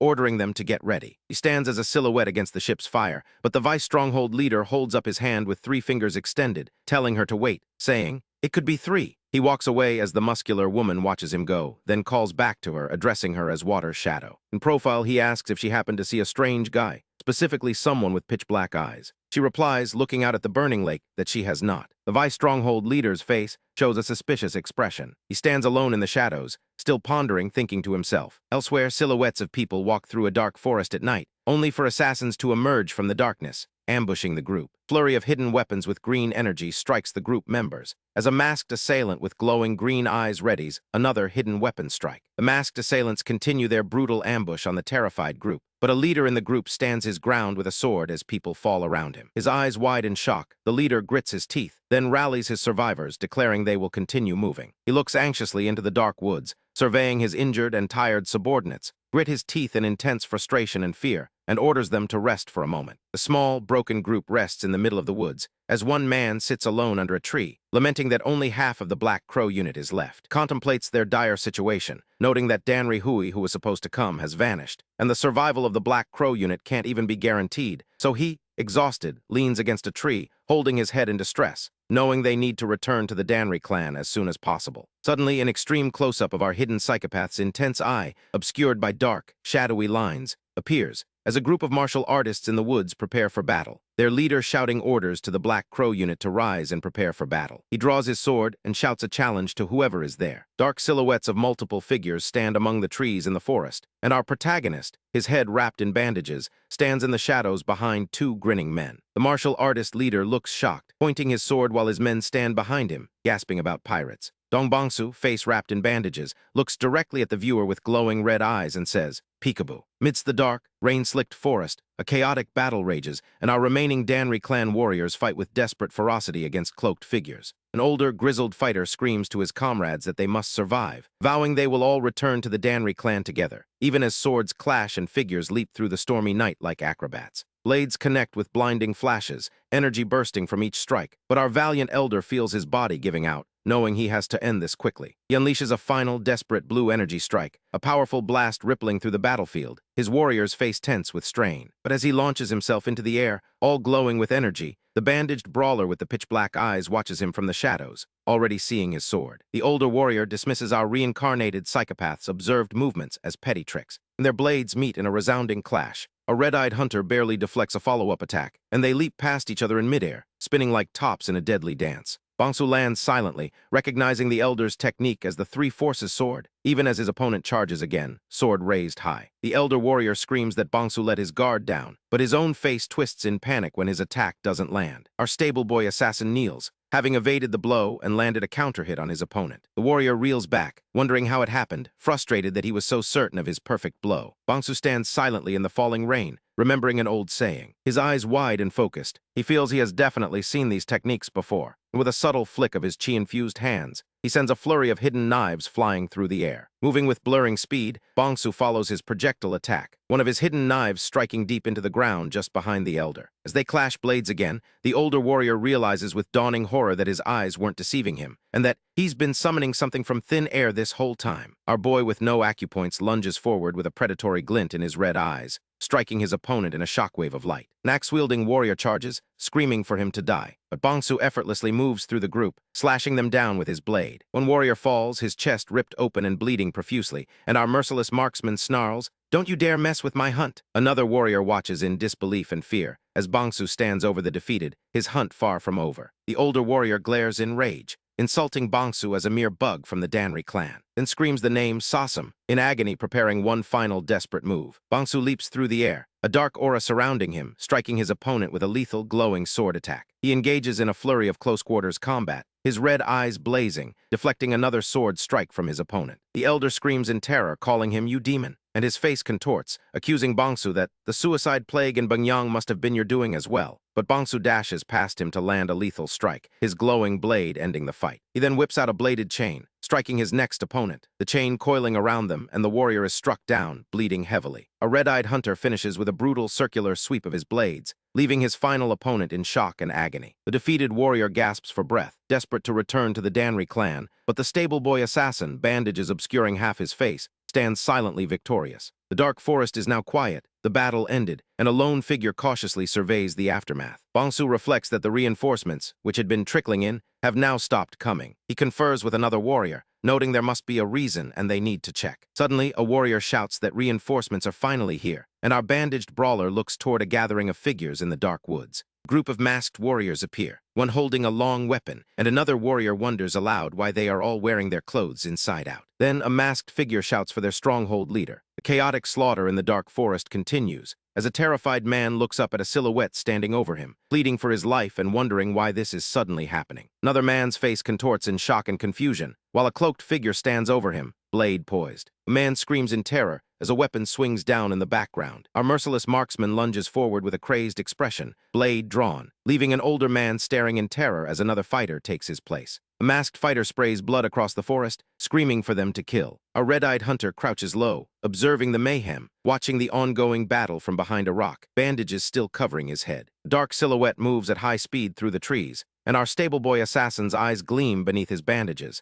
alert to every movement. He spots a glowing light in the distance through the dense woods, as a strong-looking man holding a torch shouts orders to his armed subordinates, citing the stronghold leader's command. Bangsu watches from behind a tree, realizing that the chaos is happening here as well. Two men confer nervously in the dark forest. A dark figure leaps down through the rainy trees, dropping like a stone, killing even their fellow pirates. A bandaged brawler drops from the trees toward two startled men, who look up in terror, screaming about an enemy. Bangsu moves with lethal speed, cutting down opponents in the rain. He lands in a crouch after a flurry of attacks, and a floating status screen appears before him, announcing that his next level up is not far off. As he stands amidst the fallen, the remaining enemies watch in fear, screaming for each other to run. A reincarnated psychopath watches them flee, thinking about those guys, and he wonders if he can use them. Meanwhile, Tang-O carries Tang Hwa through the dark forest, and she asks if her grandpa felt it too. The fierce elder's teeth are gritted with grim determination, and he reveals that it is a driving hunt, meaning they are being herded. The survivor shouts, calling for great hero Tang, as a panicked man in traditional robes clutches his sword, terrified. Tang Hwa, Tang-O, and their exhausted group look forward with grim expressions. Suddenly, a man and Tang Hwa stare in shock at a large cliff edge, and a masked warrior falls to the ground in despair, collapsing like a puppet with cut strings, wondering what will happen now. Terrified man cries, lamenting that it is all over, that he only came for the wedding, and now they will all die. Tang-O's shadowed eyes narrow, his teeth bared, and one eye glows green with fierce resolve. Turns to his three survivors, raging, "Who says it's over? Even an old man like me hasn't given up." He screams at the greenhorns before him. "What did you say, you greenhorns? You're giving up on living." His face contorted in rage, he prepares for battle, yelling at a terrified man. He looks toward a group of approaching enemies in the woods, and Tang-O and Tang Hwa ready their blades for combat. The man holds his arms up in surrender, his sword dropped, shouting that the stronghold leader's men attacked them. Tang-O's eyes widen in shock, realizing internal conflict. Meanwhile, Bangsu looks at the approaching group and decides they are heading back down the mountain. An enemy leader laughs as he approaches, mocking great hero Tang. The group of enemies closes in on Tang-O and Tang Hwa, and the leader taunts them, saying, "You look just like a rat in a jar." Tang-O stares down the enemy with a sharp weapon, demanding, "And who the hell are you?" The man grins wickedly, reveling in Tang-O's rage. Tang-O screams the enemy's name, "Do Hiu, okay." Tang Hwa stands listening, her massive weapon on her shoulder, looking off-panel. The scheming man with the twisted face adds that one person has not arrived yet, then mockingly tells the furious Tang-O to calm down. The enemy leader continues to speak, sneering as he mentions the person Tang-O was carrying around, describing them as trash. The scarred face smiles maniacally, a chilling end to the taunt. A reincarnated psychopath, still patched up from his last fight, realizes the enemy's extreme moves were all about him, and that his intervention that night must have completely derailed their plans, making him a prime target they absolutely have to hunt down and kill. Clutches his chest in trembling anticipation, and then our cold calculator breaks into a wide, psychotic grin, finding the situation truly delightful. Meanwhile, an enemy martial artist carefully surveys the area, certain our red-eyed hunter is lurking nearby, and he shouts into the dark, threatening his hidden opponent, telling them to come out, threatening them if they don't appear by the count of 3. But before he can finish his count, Bangsu launches a surprise attack from the shadows, striking multiple enemies like a whirlwind of blades, as the martial artist finally spots him, yelling in recognition. Then a bizarre game-like status interface appears out of nowhere, and a surge of energy erupts from it. The martial artist lies defeated, but before our grinning maniac can land a final blow, his opponent vanishes, leaving him wondering where he went. Pondering this impossible disappearance, our cold calculator deduces that leaping down this cliff would mean certain death, but his thoughts are cut short when he spots a group of martial artists clustered at the cliff's edge, where a young woman, Tang HWA, lies unconscious on the ground. Our stable boy assassin scratches his head in annoyance, before a psychopathic grin stretches across his face as he looks down at the scene. Other characters express their concern, calling for young Master Du, while Tang HWA, with teary eyes, tries to make sense of the chaos. Amidst the confusion, one character gestures toward a distant group, as an elderly martial artist yells in anger. A grinning maniac tries to take charge, ordering everyone to get Tang Wu, but his command is swallowed by screams and looming shadows from the forest. Rounds on an opponent, trying to clear the path, and then lunges forward with a spiked weapon, leaving his stunned opponent no time to react as he declares, "I said move, didn't I?" A wide, furious smile splits our psychopath's face, while a furious elderly man can only stare in wide-eyed horror as Bangsu reveals a dark, bloody bundle clutched in his hand. With a flourish, he prepares his twisted presentation, leaping toward the terrified group, and Tang HWA looks up with absolute terror etched onto her face. A grinning maniac mockingly offers his gift to the horrified crowd, building suspense for what's to come. Then, with a flourish, he reveals the severed, bloody head of the Namgung clan's patriarch, declaring, "TADA, the fresh, warm head of the NAMGUNG clan's patriarch." Two men scream in absolute horror at the sight, as a traumatized Tang HWA crawls toward the gruesome offering, her trembling hand reaching out to touch the severed head of her grandfather. She collapses, weeping uncontrollably while cradling the head. Meanwhile, our reincarnated psychopath leans in close, hunched over with uncontrollable laughter, his blood-stained mouth twisting into a terrifying smile, as he stands over the weeping Tang HWA, delivering his chilling confession. "I knew a beautiful womaness ruined, crying face is what turns me on the most." He looks down with sadistic delight, wondering if he's the only one enjoying the show. A masked opponent holding a large club stares at him in disbelief, as our grinning maniac gestures wildly, asking if he's the only one finding this hilarious, to which the warrior simply calls him a crazy bastard. Another masked cultist shouts his defiance,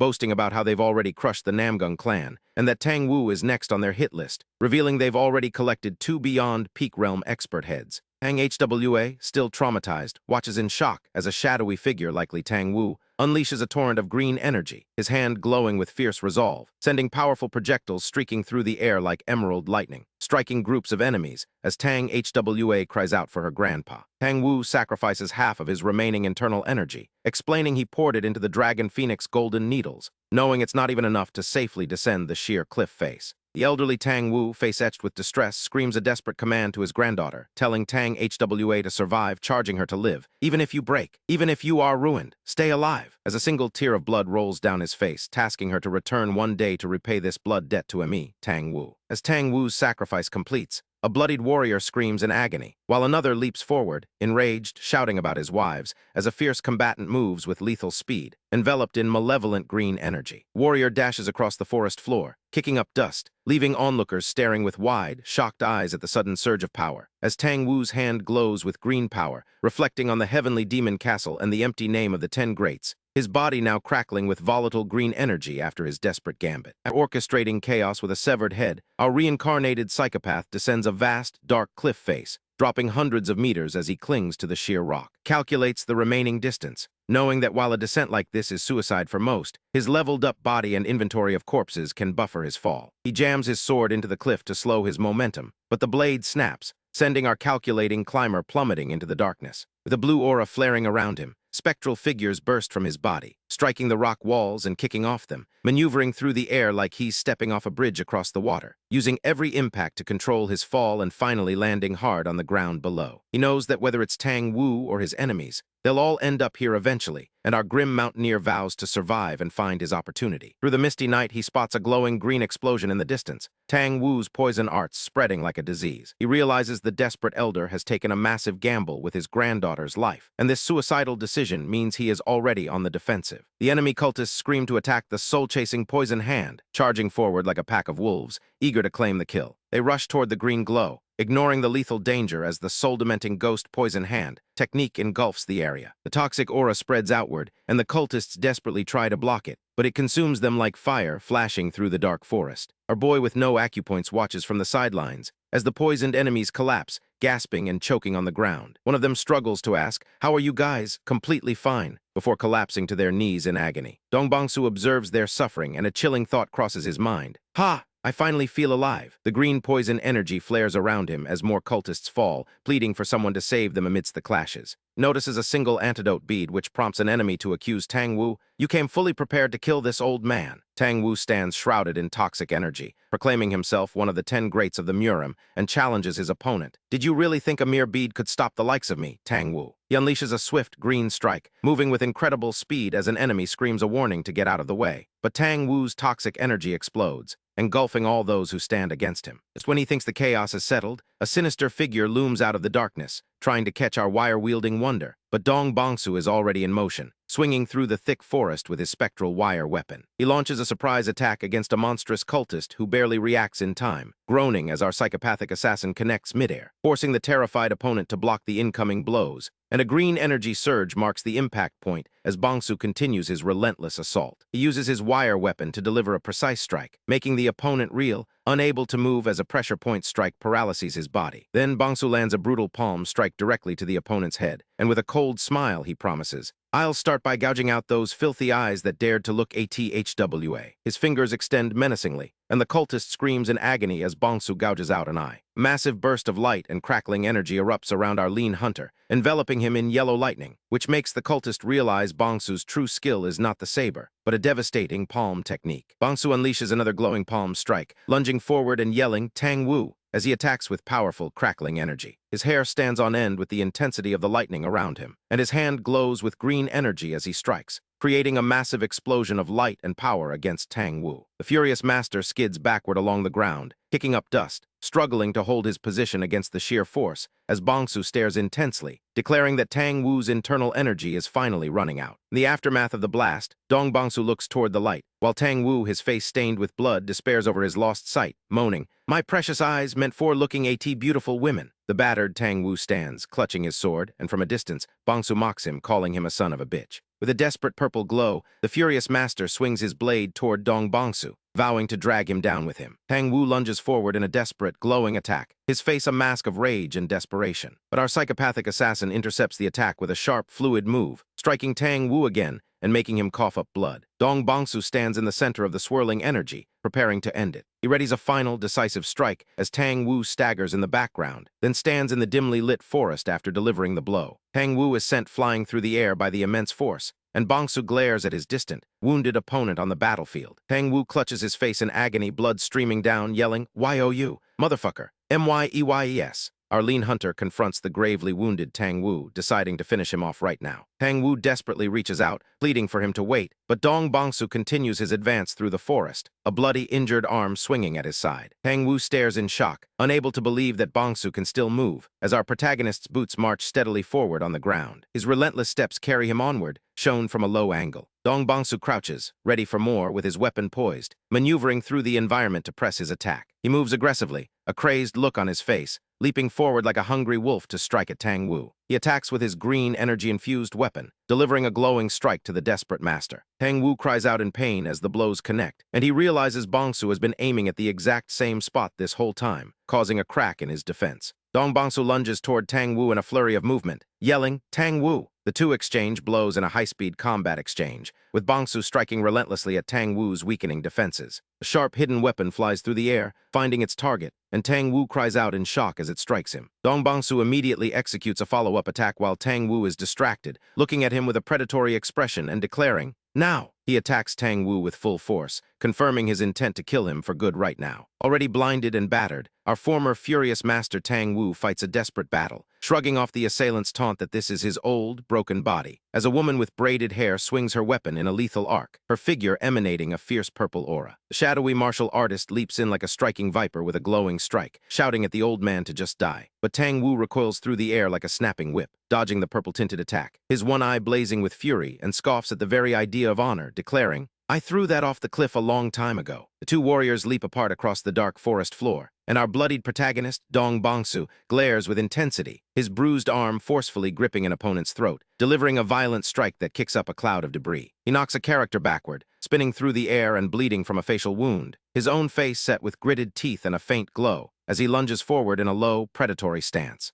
And our cool-headed schemer looks over his shoulder, asserting, "You think I would be defeated by the likes of you?" Before the fierce, elderly Tang O appears, scowling and speaking of COWARDS who possess neither the resolve to face death, nor the courage to sacrifice anything. Tang O clashes with an enemy in a burst of energy, quickly overpowering them and grabs the character by their long hair, forcing them down. He towers over the defeated figure, his hand clutching a fistful of hair, leaving the opponent looking up in utter shock. The bloodied, pale-skinned character stares up in disbelief, while Tang O stands over them, their horrified, one-eyed gaze fixed on the old master. The perspective shifts behind Tang O, watching the shadowy silhouette of the defeated character, who is now on the edge of a vast cliffside, their bloodied hand gripping the rocky ledge in desperation, pleading with the approaching shadow to stay away. The character clutches the ground, yelling to get lost, but Tang O continues his relentless advance toward the bleeding figure. Silhouette stands tall against the setting sun, and Tang O's weathered, bearded face shows darkened, intense eyes, leaving the wounded opponent to wonder if this old man has completely lost his mind, as Tang O stands intimidatingly before them. He points a finger, reiterating his warning for them to stay away, and continues to approach the desperate character on the cliff, even striking out towards the shocked, elderly figure. Suddenly, Tang O looks down, startled, realizing it's HWA, his granddaughter, Tang HWA, who violently punches through an opponent. Her blood-splattered face grins intensely, proclaiming,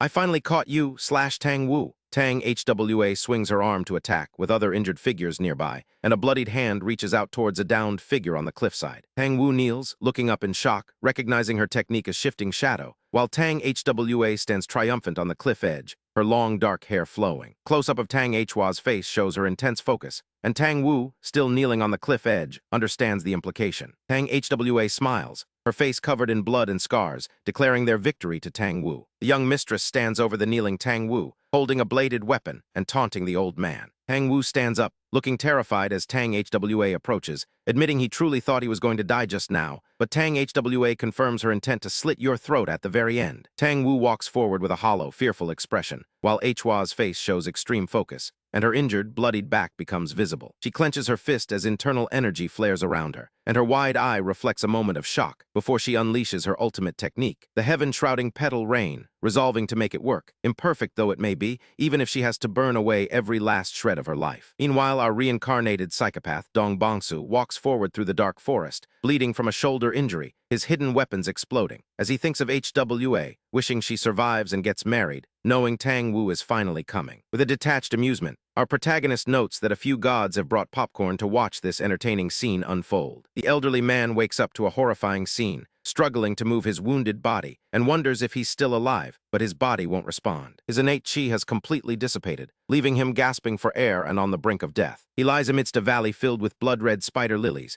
swords driven into the ground like grave markers, and countless corpses of fallen guests and pirates, a blood-stained battlefield showing the true horror of the slaughter. From the distance, our reincarnated psychopath watches the carnage, silhouetted against the dramatic light, his glowing, intense eyes betraying a chilling satisfaction, as he stands surrounded by his fallen foes. Red petals floating around him, the stable boy assassin looms over the dying man, a blade in hand and an intense, glowing gaze, revealing his true prey with a chilling declaration. "Tang Wu, you have no idea how long I've waited for this moment." The elderly man, barely clinging to life, gasps in shock and rage, accusing Bangsu with a furious cry. "You beastly wretch! You dare try to bite your own master." Crouching over his former master, our lean swordsman commands the hidden goo to tear apart its host, promising it will shred Tang Wu to pieces. as he plunges a blade toward his chest, aiming with terrifying precision and hitting the exact acupoint, precise as a surgeon's scalpel. Tang Wu stares in disbelief, struggling to comprehend what just happened. Meanwhile, Bongsu reflects on a burning complex and the beautiful butterflies fluttering in the sky, the way they used to be, a stark contrast to the destruction they leave, as a cloaked warrior runs a blade through an opponent amid the flames. He recalls a saying about how the unorthodox are sometimes like butterflies fluttering in the sky, while he was merely a caterpillar crawling on the ground, a vast canyon landscape stretching out before him, until a red butterfly lands on the tip of his staff. Tang Wu desperately rejects his fate, shouting, "No, you!" As a powerful blue energy surge erupts from his body like a sudden geyser, his final thought's a desperate refusal to be killed by the dog he raised, creating a massive beam that shoots into the sky, a shocking display of residual power. A pale predator kneels bare-chested and serene, surrounded by blue energy particles, as a system window proudly declares a 10-level increase from 14 to 24, leaving him to calmly note his 10-level increase. He looks down with a cold, focused expression, then stands, surveying the utterly wrecked Tang Wu, calling him a total wreck. He then chuckles to himself at Tang Wu's utterly dead-ass response. Our boy with no acupoints wonders if the experience was dispersed because Tang Wu was already dying, and checks his vagabond advancement quest, realizing he's just one enemy shy of the kill count required to become a first-class vagabond, brooding on the thought that if he went up now, he might not be a match. He walks through the dark, mountainous valley, confident that Tang Wu didn't fall alone, and that Tang HWA must be nearby, a faint, chilling smile spreading across his face.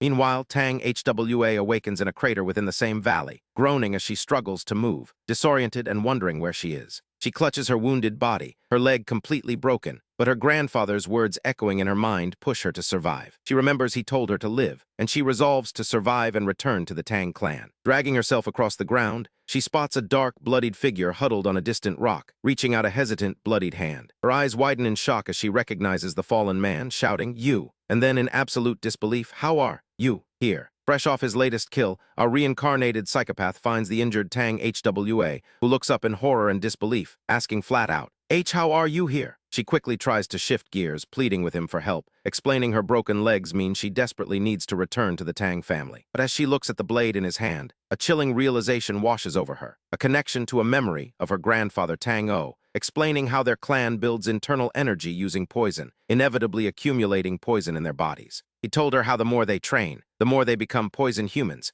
with poison flowing through their bones, muscles, and even their blood. Tang O then demonstrated to a young Tang HWA that while the accumulated poison wasn't enough to be a major threat, it was definitely enough to melt a piece of iron. The flashback shows the blade corroding and melting right before her eyes. Her grandfather had sternly warned her not to slack off on her training, promising that one day, she too would reach his realm, and perhaps even become a martial artist who surpassed him. Now in the present, Tang HWA sees the blade in our cold observer's hand, corroded and dark, and the truth clicks into place, a horrifying connection forming in her mind as she sobs in disbelief, realizing he killed her grandfather. Her grief quickly turns to rage, her teeth clenched in fury, as she lunges at the boy with no acupoints, screaming, "You, traitor!" Tang HWA keeps screaming, vowing to kill him, but it's no use. The stable boy assassin has already defeated her. He looks down with a chillingly detached expression, his grip tight on his blade. Tang HWA screams again, tears streaming down her face, her body racked with despair. A reincarnated psychopath watches a centipede crawl across the dirt, musing that people are just like bugs. He believes that in Murim, insects struggle to survive, killing and being killed by one another. It's an endless line of people walking to their doom. He remembers the old saying, the longer a bug survived within the jar, the more toxic it would get. If all the other bugs died and only one survived alone, that bug became the ultimate predator, and a cold, red glow fills his eye. He kneels before Tang HWA, considering something, touching his chin as he looks down at her. His red eyes glow with an intense, calculated madness. Tang HWA looks up at him, distressed and disheveled, asking, "QUES?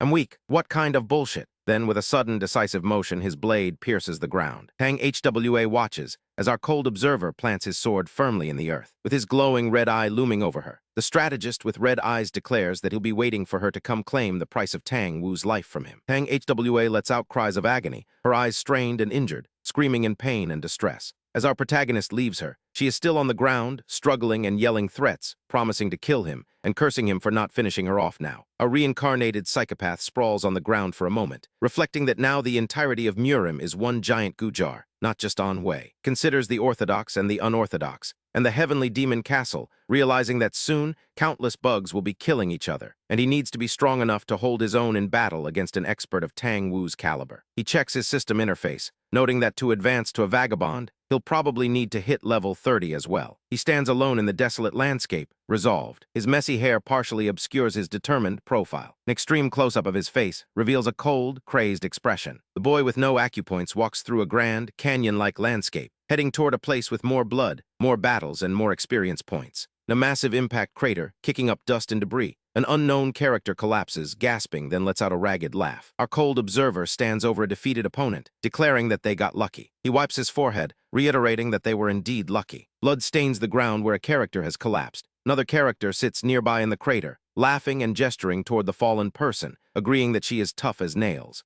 Our protagonist walks away, his face obscured by shadow. The traumatized character from before screams, their mouth wide open. She sits in the crater, clutching her hair and continuing to scream. The character shouts toward our protagonist, calling out, "Hey, shifting shadow." She looks panicked and stressed, sweating as she thinks to herself. Clutching her head in terror, she shakes with fear, whispering that she is terrified. Meanwhile, an imposing fortress sits between two towering, misty canyon cliffs. An unknown person approaches its massive, ornate doors. Inside, a wounded, elderly character with an eye patch clutches their shoulders, trying to reassure themselves, repeating, "I can do this. Nothing bad will happen." The character kneels before the massive, ornate doors in the vast, dim hall. They call out to someone named Murim, while another character lies on the floor. The wounded, one-eyed figure then kneels and reports that Water Shadow was slightly injured, but they successfully completed the first stratagem without any issues. They laugh hysterically, emphasizing that there truly were no issues at all. Sweating and smiling with manic intensity, the wounded character adds that the Namgung clan has been annihilated. They then nervously report to the senior figure that Tang Wu is also. An eye widens in shock or intense realization. A long-haired character turns their head, reacting to the news. The senior figure, with their back turned, commands the wounded character to repeat that last part. With intense red eyes, the senior figure questions if the first stratagem was truly completed without any issues. Meanwhile, a cosmic, starry entity sits on a throne, demanding to know what the fuck is happening. Start this chapter by catching up with the mysterious elder, Tang O, who is not at all happy with how his initial plan unfolded. The very unfortunate, wounded subordinate is gasping in agony nearby. Another figure tries to reassure him that everything went exactly as planned, which is clearly not the case, because Tang O unleashes a burst of blue energy in response, sending a ripple of pure pain through his subordinate. He demands to know why the agent, Shifting Shadow, had to go to the Murim Alliance if everything was supposedly smooth, and why Water Shadow has returned half-dead from the mission. The terrified subordinate can only stammer out an explanation, as Tang O warns them that the next time something like this happens, their death won't be an easy one. The poor wounded man clutches his chest, already feeling the agony as Tang O looms over him, then kneels down, ready to perform a terrifying technique. He presses a hand to the man's forehead, explaining that all streams eventually return to their source, and his flesh may perish, but his chi will flow through Tang O's veins, truly a chilling thought. He assures Water Shadow that he will become whole again through him, a chilling way of saying he is absorbing his life force. The man with an eye patch watches, completely shocked, but then bows deeply, congratulating Murim, hiding his face, possibly out of fear or sheer subservience. Closer look at the eye patch man's furrowed brow shows his deep unease. But Tang O, our ruthless elder, has another question for him. He wants to know why the first stratagem truly failed, leaning in close, determined to extract the truth. The subordinate stutters, unable to speak, as Tang O's energy swirls between them, forcing the man to gasp as his secrets are ripped out, while Tang O remains completely stoic. The man yells in agony, his eyes wide with revelation, and Tang O hears one word: light! The subordinate screams that it was a pillar of light. His eyes glow with terror as he speaks, showing the intensity of whatever he witnessed, and Tang O watches him cough and gasp, having wrung all the information out. Energy emanates from behind Tang O as he processes this new intel, and then he's giving orders to another kneeling subordinate. He sends Bian and Ash Shadow to the bottom of the cliff at Xianzheng Mountain, ordering them to bring back a corpse, or even just the bones, if the target is shattered into pieces. Energy erupts around them as the orders are given, cementing the urgency. Then he commands Guangun to send a message to Old Beak, covering all his bases. Masked man's eye shows intense panic, as the leader glows with red energy, and the masked subordinate behind him looks visibly stressed and afraid. Energy surges at the leader's feet, who then looks upward, observing his own transformation, feeling the new light or pillar of light growing within himself. He touches his neck, realizing it's a level up, and is quite shocked by his own power boost. Meanwhile, far from Tang O's sinister dealings, a black crow flies down into a courtyard, delivering a message to an elderly man sitting peacefully on a bench. He reacts with a surprised huh as he reads whatever news the crow has brought him. Then he stands, looking toward a large building complex, perhaps deciding where to take the news, while others sit casually at tables in the bustling courtyard. Person is busy eating their noodles, oblivious to the incoming drama, as the elderly man approaches our furious young mistress, Tang HWA, who is also enjoying a meal, eating noodles with her chopsticks. He takes a calm sip from a small white cup, still unaware of the news. With a satisfied she places her cup down, then asks the merchant how much she owes him. He tells her it's 3 coins, and as she reaches into her dark robe, he scolds her for drinking so much alcohol in broad daylight, making a truly disparaging face at her, which he will soon regret. Our determined avenger holds up a single coin, not 3. The merchant, looking annoyed, reminds her that he said 3 coins, but she simply flicks a giant coin at his stall, making a statement. Her feet land forcefully on the ground, indicating she's not to be trifled with, and the merchant recoils in shock as his table is struck. Tang Hwa, now a menacing, shadowy figure radiating aura, stands over him. He stares up at her, absolutely terrified, his eyes spiraling in fear as he asks why she's doing this. Meanwhile, a single eye peers through dark, unkempt hair, suggesting someone sinister is observing her. The man's face shows intense fear and distress, sweating heavily, his mouth clenched as he struggles to gasp out a word. As a foot steps onto the stone, heavy and deliberate like a final judgment, and he manages to ask, H-heads. Our story picks up with the stable boy assassin, Dong Bongsu, arriving at the courtyard where Tang Hwa caused a stir, revealing a truly manic, sharp-toothed grin on his face. He spots the gold coin Tang Hwa left behind, a clue to the previous drama, and sees the panicked merchant still shouting about his loss. A reincarnated psychopath calmly looks down, completely ignoring the commotion, and simply walks away, finding the whole situation boring. The merchant continues to complain loudly in the now empty courtyard, sealing his own fate, worrying he almost died over 3 coins and wondering if Tang Hwa was a martial artist. But before he can finish his thought, Dong Bongsu lethally strikes him in the neck with a hidden blade, a close-up showing the victim's final moments of pain. The man collapses forward as the grinning schemer stands over him, another life extinguished. An older martial artist quickly arrives on the scene, calling out in alarm, but our boy with no acupoints simply looks at him, a finger stained with blood. He casually flicks a small, sharp needle weapon, a silent warning. Coin spins innocently on the tiled floor, oblivious to the bloodshed. The elderly martial artist watches, looking concerned and wary, sensing the danger. Dong Bongsu stands over the body, asking, "So what?" with a chilling indifference, even holding the severed head of another man as he tells the martial artist they can just kill everyone, or he can do it himself. The older martial artist reaches for the hilt of his sword, a futile gesture, as Dong Bongsu calmly walks away across the courtyard. He looks back over his shoulder with a sinister expression, leaving the man to consider his words. The older martial artist watches him go, completely helpless, as the stable boy assassin simply smirks. The setting shifts dramatically to a massive temple complex at sunset, where the real politics are brewing, and several clan leaders are gathered for a tense meeting. A man in white robes, likely the alliance leader, stands to address them, as Peng Muhyuk questions if the rumor that the Namgung clan was annihilated by the heavenly demon castle is really true, looking quite agitated. Tang Hwa sits nearby, calmly holding her smoking pipe, observing the rising tensions. Peng Muhyuk leans forward aggressively, demanding answers. The alliance leader tries to calm the agitated leaders, confirming that the Namgung clan was indeed attacked by the heavenly demon castle. Yan Yang sits with arms crossed, looking grim, and Abbot Bangchen quietly presses his hands together in prayer. Yan Yang reacts with an intense, angry expression to the news, while a woman with an ornate headpiece asks if there was a survivor from the massacre. Juge Mun sits formally at the table, looking stern, ready for the inevitable conflict. One character shouts, wondering if others grasp the situation, while another fires back, claiming they are the ones who don't grasp it, showing how divided they are. A woman stands and yells, manifesting glowing green energy, furious that they're debating caution when the heavenly demon castle laid waste to the Namgung clan. Her angry eyes narrow with conviction. An older man shouts back, however, that war is exactly what the enemy wants. A man with a large, ominous grin looks down at the speaker, enjoying the chaos. He asks with a chilling smile if it isn't the law of the Murim to pay them back in blood, and abruptly stands up, making his stance clear. Crows fly through a dark, turbulent sky as he shouts, "A sword for a sword." The image of swords in blood-soaked ground illustrates his declaration. Blood for blood. That is the one immutable rule of the Murim. With a cruel, wide smile, he formally declares war against the heavenly demon castle. Later that night, a man stands alone in a dark hallway, the implications of this declaration sinking in. A close-up on his mouth shows his sharp smile, clearly pleased with the outcome. 2 men walk along a stone path at night, discussing the day's events. One remarks that the greater the Tang family's rage, the better, as the man with the gray beard, looking serious, listens intently. His companion then asks if he isn't sick of them, these core human butchers, sitting at tables wearing their masks of the orthodox path. He looks up at the night sky, embracing their true nature. Bright star glows intensely, like a single burning eye in the sky, which he calls the cursed killing star that calls for blood whenever it rises. He confirms he will keep the words of Patriarch Juge in mind, who simply states that Murim is built upon blood and corpses, a grim truth.